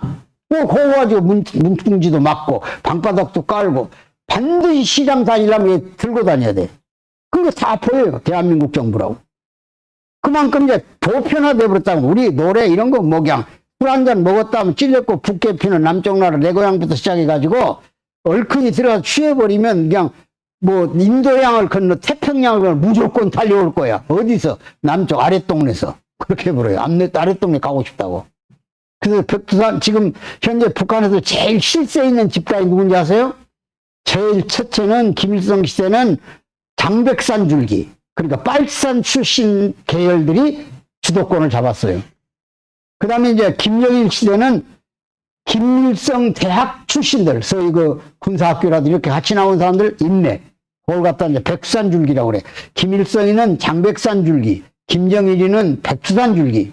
근데 김정은 시대에 와서는 무슨 줄기가 판을 쓸고 있냐? 한라산 줄기가 판을 쓸고 있는 거야. 남쪽에서 넘어간 사람, 탈북자나 남쪽하고 관계가 있는 사람, 일본하고 관계가 있는 사람들이 발을 붙이고 사는, 큰 소리 치고 산다. 그 말은 돈이 최고가 됐다. 이게 사회구조가 북한도 변합니다. 그래서 우리가 어떻게 공감을 가질 수 있을까 하는 것은 우리가 어떤 만든 제도나 이런 거 가지고는 안 돼요. 정치적으로 안 돼요. 군사적으로 안 됩니다. 전쟁할 수 없어요. 남북한이. 어떻게 전쟁을 해요? 핵은 북에서 자체적으로 우리를 써도 자기도 죽어요. 핵폭탄은. 핵폭탄이라면 여진이 얼마나 넓은 영역을 차지하는데 지금 일본 히로시마 원자폭탄보다도 지금 한 1000배 이상 위력이 높아져 버렸어요. 핵 위력이. 그러니까 남북이 다 죽는 거야. 우리가 또 미사일 체제를 다 가지고 있어요. 지금 현재 우리 북한이 우리한테 핵을 발사하려는 조짐이 딱 보이면 핵 기지를 먼저 때려버려. 우리가 2분 30초 만에 다 때려버려요. 현무2 같은 것들이. 천궁이 다 그런 거 가지고 있어. 방어무기를 가져갈까? 그럼 어떻게 정치력으로 살려서 변하는 게 핵무기가 볼모돼버린데. 아무리 재래식 무기 체계가 강해도 핵 앞에는 무릎을 꿇어야 되는 거예요. 전체가 죽으니까. 그러니까 사는 방법은 핵을 북이 먼저 선제 공격하기 전에 먼저 때리는 거예요. 핵 기지를. 너희부터 피해를 봐라. 여지는 나와서 우리가 당하더라도. 그거 지금 우리도 연구해서 지금까지 국방비를 쓴 거 아니야. 이번에 여러분 잘 알지만 대구 공항에서 국군의 행사 때 처음으로 F-35A라고는 전투기가 4대 떴죠. 3대는 공중에 1대는 밑에서 저공비행하고 우리 대통령 갔을 때 그게 뭔지 아시죠? 스텔스 전투기입니다. 전폭기. 모든 폭탄을 탑재하고 북에 날라다니도 북함이 보지를 못해요. 레이더에 포착이 안 되니까. 그것이 8군데 북한 핵기지를 2분 30초 안에 완전 파괴해버린 거예요. 그러니까 이걸 막 도입을 못하게 하고 난리가 나고 지금 자극받아가 SLBM을 발사하고 이 짓을 하는 거예요. 응? 물론 SLBM 무섭죠. 그럼 잠수함에 탑재하니까 우리 영해까지 와버리잖아요. 가까운 거. 그러면 뭐 미사일 쏴가지고 몇만 킬로 나갈 필요가 없어요. 그것은 그냥 영해 12회에서 다 쏴버리면 어느 지역이든 폭발해서. 그래서 우리가 먼저 발사를 했잖아요. 벌써 우리도 SLBM 성공했잖아요. 우리 안창호함인가 거기서. 그러니까 이 군사무기 체계 때문에 전쟁을 못합니다. 근데 딱 위험한 것이 하나 있어요. 지금 북이 아직까지도 남쪽보다 우위에 있는 게 하나 있습니다. 그것이 사상체계입니다. 아직도 주체사상에 물들어가지고 절대성을 가지고 있는 사람들이 절대적이에요. 아까 젊은 세대들은 개인주의가 극대화해가지고 돈 있으면 최고라는 사람도 있지만은 전체 분위기는 김일성을 심장으로 옹호하는 그런 세력에 의해서 지배되고 있다 이게야. 그럼 그 기간이 한 20년 보는 거예요, 제가 볼 때. 그럼 이제 지금 미국하고 협상으로 어떤 최궁지에 몰리면 북이 아마 전격적으로 우리한테 발언할 겁니다. 남북한 총선거자. 그래서 인민이 선택한 정부. 우리는 국민이 선택한 정부를 갖자 그런 얘기예요. 이건 피할 수가 없어요. 47년에 유엔에서 결의한 것이 남북한 총선거입니다. 그래서 인민이 선택한 체제를 가져라 그런 거야. 그때 북한이 소련 군정 밑에 있어가지고 그 선거를 안 받아들인 거예요. 그래서 남쪽만 선거해가지고 48에 우리 정부가 수립된 거예요. 그건 전적으로 이승만의 공적이에요. 응? 이승만 안 있으면 대한민국은 이미 공산화된 지 오래됐습니다. 응? 이거 몰라서 그러지 젊은 사람 민주화하는 이런 사람들이 이승만 공적 모르고 제주도 사건이란 거예요. 우리 김재봉 회장님은 잘 아시지만은 50선거를 반대하기 위해서 평양이 지령을 내렸어. 북한 공산당 지하조직으로 제주도는 떨어져 있으니까 남쪽 이쪽은 영향을 안 받는다고 해가지고 선거를 반대해라. 그래서 그 사람들이 경찰서 폭격하고 무기 뺏어가지고 난리 피우다가 그걸 수습을 하는데 경찰 병력이랑 그때 시시했잖아요. 못 당해. 그래서 할 수 없이 서북청년단이 들어간 거예요. 서북청년단이 북한에서 참 피나나가지고 젊은이들끼리 결성해서 국토회복, 북진토회라는 사람들이니까 악발이 든 사람들이 가서 무자비하게 막 사상을 어떻게 구분해요? 네가 공산당이냐 아니냐 구분할 수 없잖아요. 낮에는 경찰하고 합쳐, 밤에는 인민군으로 인민 빨선대로 같이 지나니까. 그러니까 아무래도 이상하면 그냥 선별 없이 죽이기도 하고 양민학살이 시작된 거야. 그러나 원인은 50 총선거를 반대한 데도 시작됐고 그것을 수습하기 위해서 너수 순천에 주둔하던 군대들을 거기로 파병을 하는데 거기 공산당이 들어가가지고 그때 건국 당시에 대한민국 국군의 23%가 공산당. 박정희도 그때 그 계열에 있었고 전향해가지고 박정희가 그 지하조직의 망을 인맥을 다 보고해가지고 그 사람들 일망타지는데 공로를 세웠다고 해서 해방시켜준 거 아니요. 그때 역할하는 사람이 김종필이고 메제지간이니까 그래가지고 결국은 같은 혁명을 하고 오는 건데 이런 걸 우리 역사에서 잘못 판단해가지고 이 정부에 따라서 좌파냐 우파냐 보수냐 진보냐에 따라서 사건을 달리 본다. 공정히 못 보고. 그러니까 그때 당시 희생당한 국군이라든지 뭐 경찰 이런 사람들은 전혀 묻혀버리고 양민 죽은 것만 가지고 확대 생산하니까 이 민주화 투쟁이 되는 거예요. 그래서 이제 제주도 사건이 판정 났잖아요. 보상금 주기로. 8천 얼마씩 주기로 했어요. 그러니까 여기 여수 순천에서 또 이제 의회가 법을 통과시켜서 피해본 사람들, 여수 순천 사건 때 그 보상받게끔 해달라는 거예요. 그래서 이제 여기 인천에서 의회가 결정해서 뭐라고? 인천 상륙작전 때 피해본 사람들 보상해줘야 된다는 거예요. 어? 그 인천 상륙작전할 때 저쪽에 적적도 쪽에서 메가더 사령부의 해군들이 240척 몰고 와서 인천을 상륙할 때 무조건 쏘지 거기서 너는 우파냐 좌파냐 갈라 쏘았겠어요? 그럼 피해본 사람 다 이제 배상해달라 이게. 그러면 이제 조금 있으면 6.25 때 피해본 사람 다 보상해달라고 할 겁니다.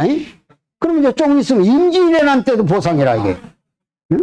병자호란 때까지 보상해라고 할 거 아니야. 이게 난리 났다고 나라가 개판돼가지고. 근데 말을 못해. 말을 하면 죽여버리니까. 이번에도 뭐 누구 전두환인가 한번 찬양했다. 그 후보자 고생하더만 아주 완전히 인기도 떨어지고. 그게 이 나라가 지금도 이념적 편향 때문에 이런 판단을 잘못한다 그런 얘기야. 그래서 결론은 그래도 시대는 통일을 거부할 수 없습니다. 이 역사적 이 팬데믹이 끝나면 반드시 인간의 한계를 느끼게 될 겁니다. 마치 아까 그 중세 패스 때문에 인본주의가 싹 떠가지고 공산주의까지를 만들어 놨듯이 이 코로나 팬데믹이 끝나면 인간들만의 힘으로는 불가능하다. 이렇게 아마 사람이 변하게 될 거예요. 그래서 거기서 신을 불러와야 돼. 이제 하나님도 기존에 그냥 팔아먹는 하나님이 아니야. 목사님들이 팔아먹는 하나님이 아니고 실체, 살아있는 하나님으로 맞아들여가지고 인간과 하나님이 공존한 시대. 그래가지고 신인 일체 시대를 불러오지 않겠냐. 그러면 이제 비로소 남북이 공감할 수 있는 문제를 토의하기 시작할 겁니다. 그러니까 북한도 정상적인 국가가 들어와야 돼. 김정은 시대 다음에 소위 뭐라고 하나, 연정이라고 하나요? 예, 몇 사람의 집단지도 체제가 들어오면 돼요. 그럼 상식화 되는 거예요. 그래가지고 남쪽과 합쳐서 체제를 우선 독재 체제, 쉽게 말하면 백두혈통 체제를 바꿔줘야 됩니다. 민주주의 체제를 가진 나라끼리는 절대 전쟁 안 해요. 지금까지 역사적으로 검증을 해봐도 전쟁 안 해요. 카나다하고 미국 전쟁 없을까? 멕시코가 없을까? 민주주의 체제를 가진 나라들은 안 한다니까요? 유럽에서 전쟁 없을까? 그러니까 북한도 상식적인 국가가 들었으면 전쟁은 안 하고 공존해요. 공존만 하면 통일은 저절로 되는 거야. 어느 시기에. 필요를 느낀다니까 저절로. 왜? 아까 북쪽에 자원 있잖아요. 남쪽에 기술 자본 있잖아요. 그럼 자원과 노동을 왜 안 합치겠어요? 시너지가 나오는데. 그래서 젊은이들이 아까 통일 비용보다 편입 비용, 분단 비용이 더 나가고 통일을 통해서 손해난 것보다 얻는 게 더 많겠구나. 이 생각으로 바꾸면 돼, 이제. 공감을 하려면. 그렇지 않겠어요? 그 다음에 혼란은 일시적이지만 평화는 영원하다. 이렇게 생각하면 되는 거예요. 그래서 남북이 서로 공감을 해서, 체제는 국민이 선택한 정부를 가져야 돼. 투표해서 뽑으면 돼요. 자유민주주의가 좋으면 이쪽이, 공산주의가 좋으면 저쪽이. 근데 우리가 지금 무서워하는 게 종북 세력 주사파를 무서워하잖아요. 그쪽 체제를 닮아가려고 하니까 무섭다는 거예요, 우리가. 근데 그걸 극복하는 사상이 아까 문선명 선생님께서 내놓으신 도익사상, 통일사상이 있잖아요. 그 이념을 확대 생산하자는 거예요, 우리가. 그렇게 해서 여론을 만들어. 평화대사라는 게 뭐예요? 평화를 만드는 큰일한 사람 아니요. 대사는 소사는 적은 이러고 식사는 밥만 먹고 이 평화대사 교육까지 시켜놨는데 안 나오잖아요, 회의에. 그게 밥만 먹고 있는 거예요, 그냥 건다. 그러니까 대사 역할이 커졌어요. 죽기 전에 그런 통일은 분단 비용을 극복하고 생산 비용을, 통일 비용은 생산 비용이야. 그러니까 우리에게 영원히 미래가 있고 우리 후손들이 번영할 수 살 수 있는 나라를 만드는 거다. 왜냐? 자본주의의 기본은 시장을 크게 가져야 돼, 시장. 근데 일본도 1억 2천만 시장 있죠? 미국은 3억 2천만이죠? 중국은 14억이죠? 우리는 남북한 합쳐도 8천만인데 우리 5천만이잖아요. 그 합쳐야 8천만인데 다행히 우리는 교포가 한 800만 있죠? 그 다음에 동북, 중국 동북지방 만주대륙, 여기는 우리하고 정서가 같아요. 한국 경제 영역이에요, 거기가. 그러니까 영토는 우리가 못 가졌지만 거기가 경제적 우리 영토다 그 말이에요. 거기가 1억 한 4천만이 살아요.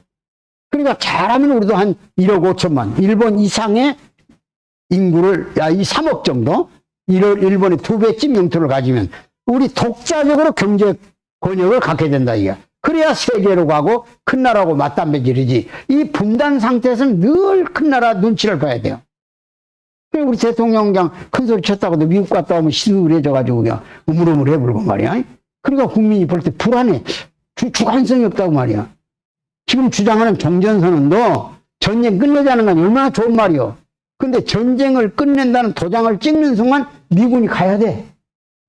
전쟁이 끝나는데 왜 있냐고 하면 할 말이 없다, 이게. 응? 젊은이들이 광화문에서 깃발 들고 온다니까 미군 나가라고. 우리 마음대로 이제 하게 됐다고. 전쟁이 있다고 할 때는 전쟁 때문에 미군이 와 있어. 지금 주한미군 아니요. 그런데 전쟁이 끝났어. 있어야 할 이유가 없잖아요. 그러니까 이런 안정장치가 다 되고 북한의 핵이 없어진 상태에서 신뢰가 가면 종전선언이 돼. 근데 그걸 무조건 갖다 하자면 도장 찍었다가 되냐 이거야. 어느 역사적으로 평화협정 맺고 침략 안 당한 나라가 있냐 이거야. 독일하고 폴란드가 평화협정 안 맺었어? 소련하고 일본이 평화협정 안 맺을까? 일본하고 전쟁을 해? 다 그 조약이라고 하는 것, 선언이라는 것. 전부 강한 나라가 적은 나라를 위로하기 위해서 만든 도장에 불과하지 아무 의미가 없어요. 힘을 못 가진 나라는 의미가 없는 거야. 그러니까 우리가 때를 조금 기다리면서 후손들에게 통일 공감을 만들어 놓자 이거야. 통일은 결코 손해나는 것이 아니고 일자리가 없어지는 것도 아니다. 응? 왜냐? 통일하면 중간 단계가 한 50년 가야 됩니다. 길게는. 짧게도 30년 가야 돼. 국토를 갈라놓고 살아야 돼. 왜? 양체제를 그대로 유지해야 돼. 당분간은. 만일 자본주의를 북한에다 갑자기 선다. 평양에 있는 땅 남을 것 같아요? 삼성그룹이 하루아침에 다 사불지? 현대가? 그럼 알배기 박아놓고 또 아무 개발도 못하게? 그러니까 결국은 그 체제는 그 체제를 유지하고 이쪽 체제를 유지하면서 조심스럽게 바꿔가면서 평양에 있는 땅들은 원래 두었던 땅 주인들 찾아서 주고 또 월남한 사람 중에 땅이 있을 거 아니에요. 그 다음에 안 되면 공매하고 그 다음에 안 되면 경매하고 이래가지고라도 땅을 사유재산화해가는 과정이 있어야 된다 이야. 그리고 절대 기술자 외에는 남북 교류하면 안 돼요. 일반 노동자는 거기서 돈 벌어먹고 살도록 우리 기업이 가는 거예요. 기업이. 현재 중국에 우리나라 기업이 1만 2천 개 가 있어요. 노동자가 얼마 고용하고 있냐? 570만. 그럼 우리 기업 1만 2천 개 중에서 6천 개만 북에다 갖다 놓자 이거야. 삼성이 해주에다 가고 현대가 함흥에 가고 그 다음에 포스코 뭐 SK 이런 것들이 저쪽도 충남 쪽 평남 쪽 가서 공업단지 만들어주면 거기서 노동자들은 그 수준에만 임금을 줘야 돼. 그냥 하루아침에 우리가 똑같다고 주면 우리 정부가 지금 소득 주도형 해가지고 좀 소기업이 다 망하는 거 아니에요. 지금 일꾼들 못 쓰게 해가지고.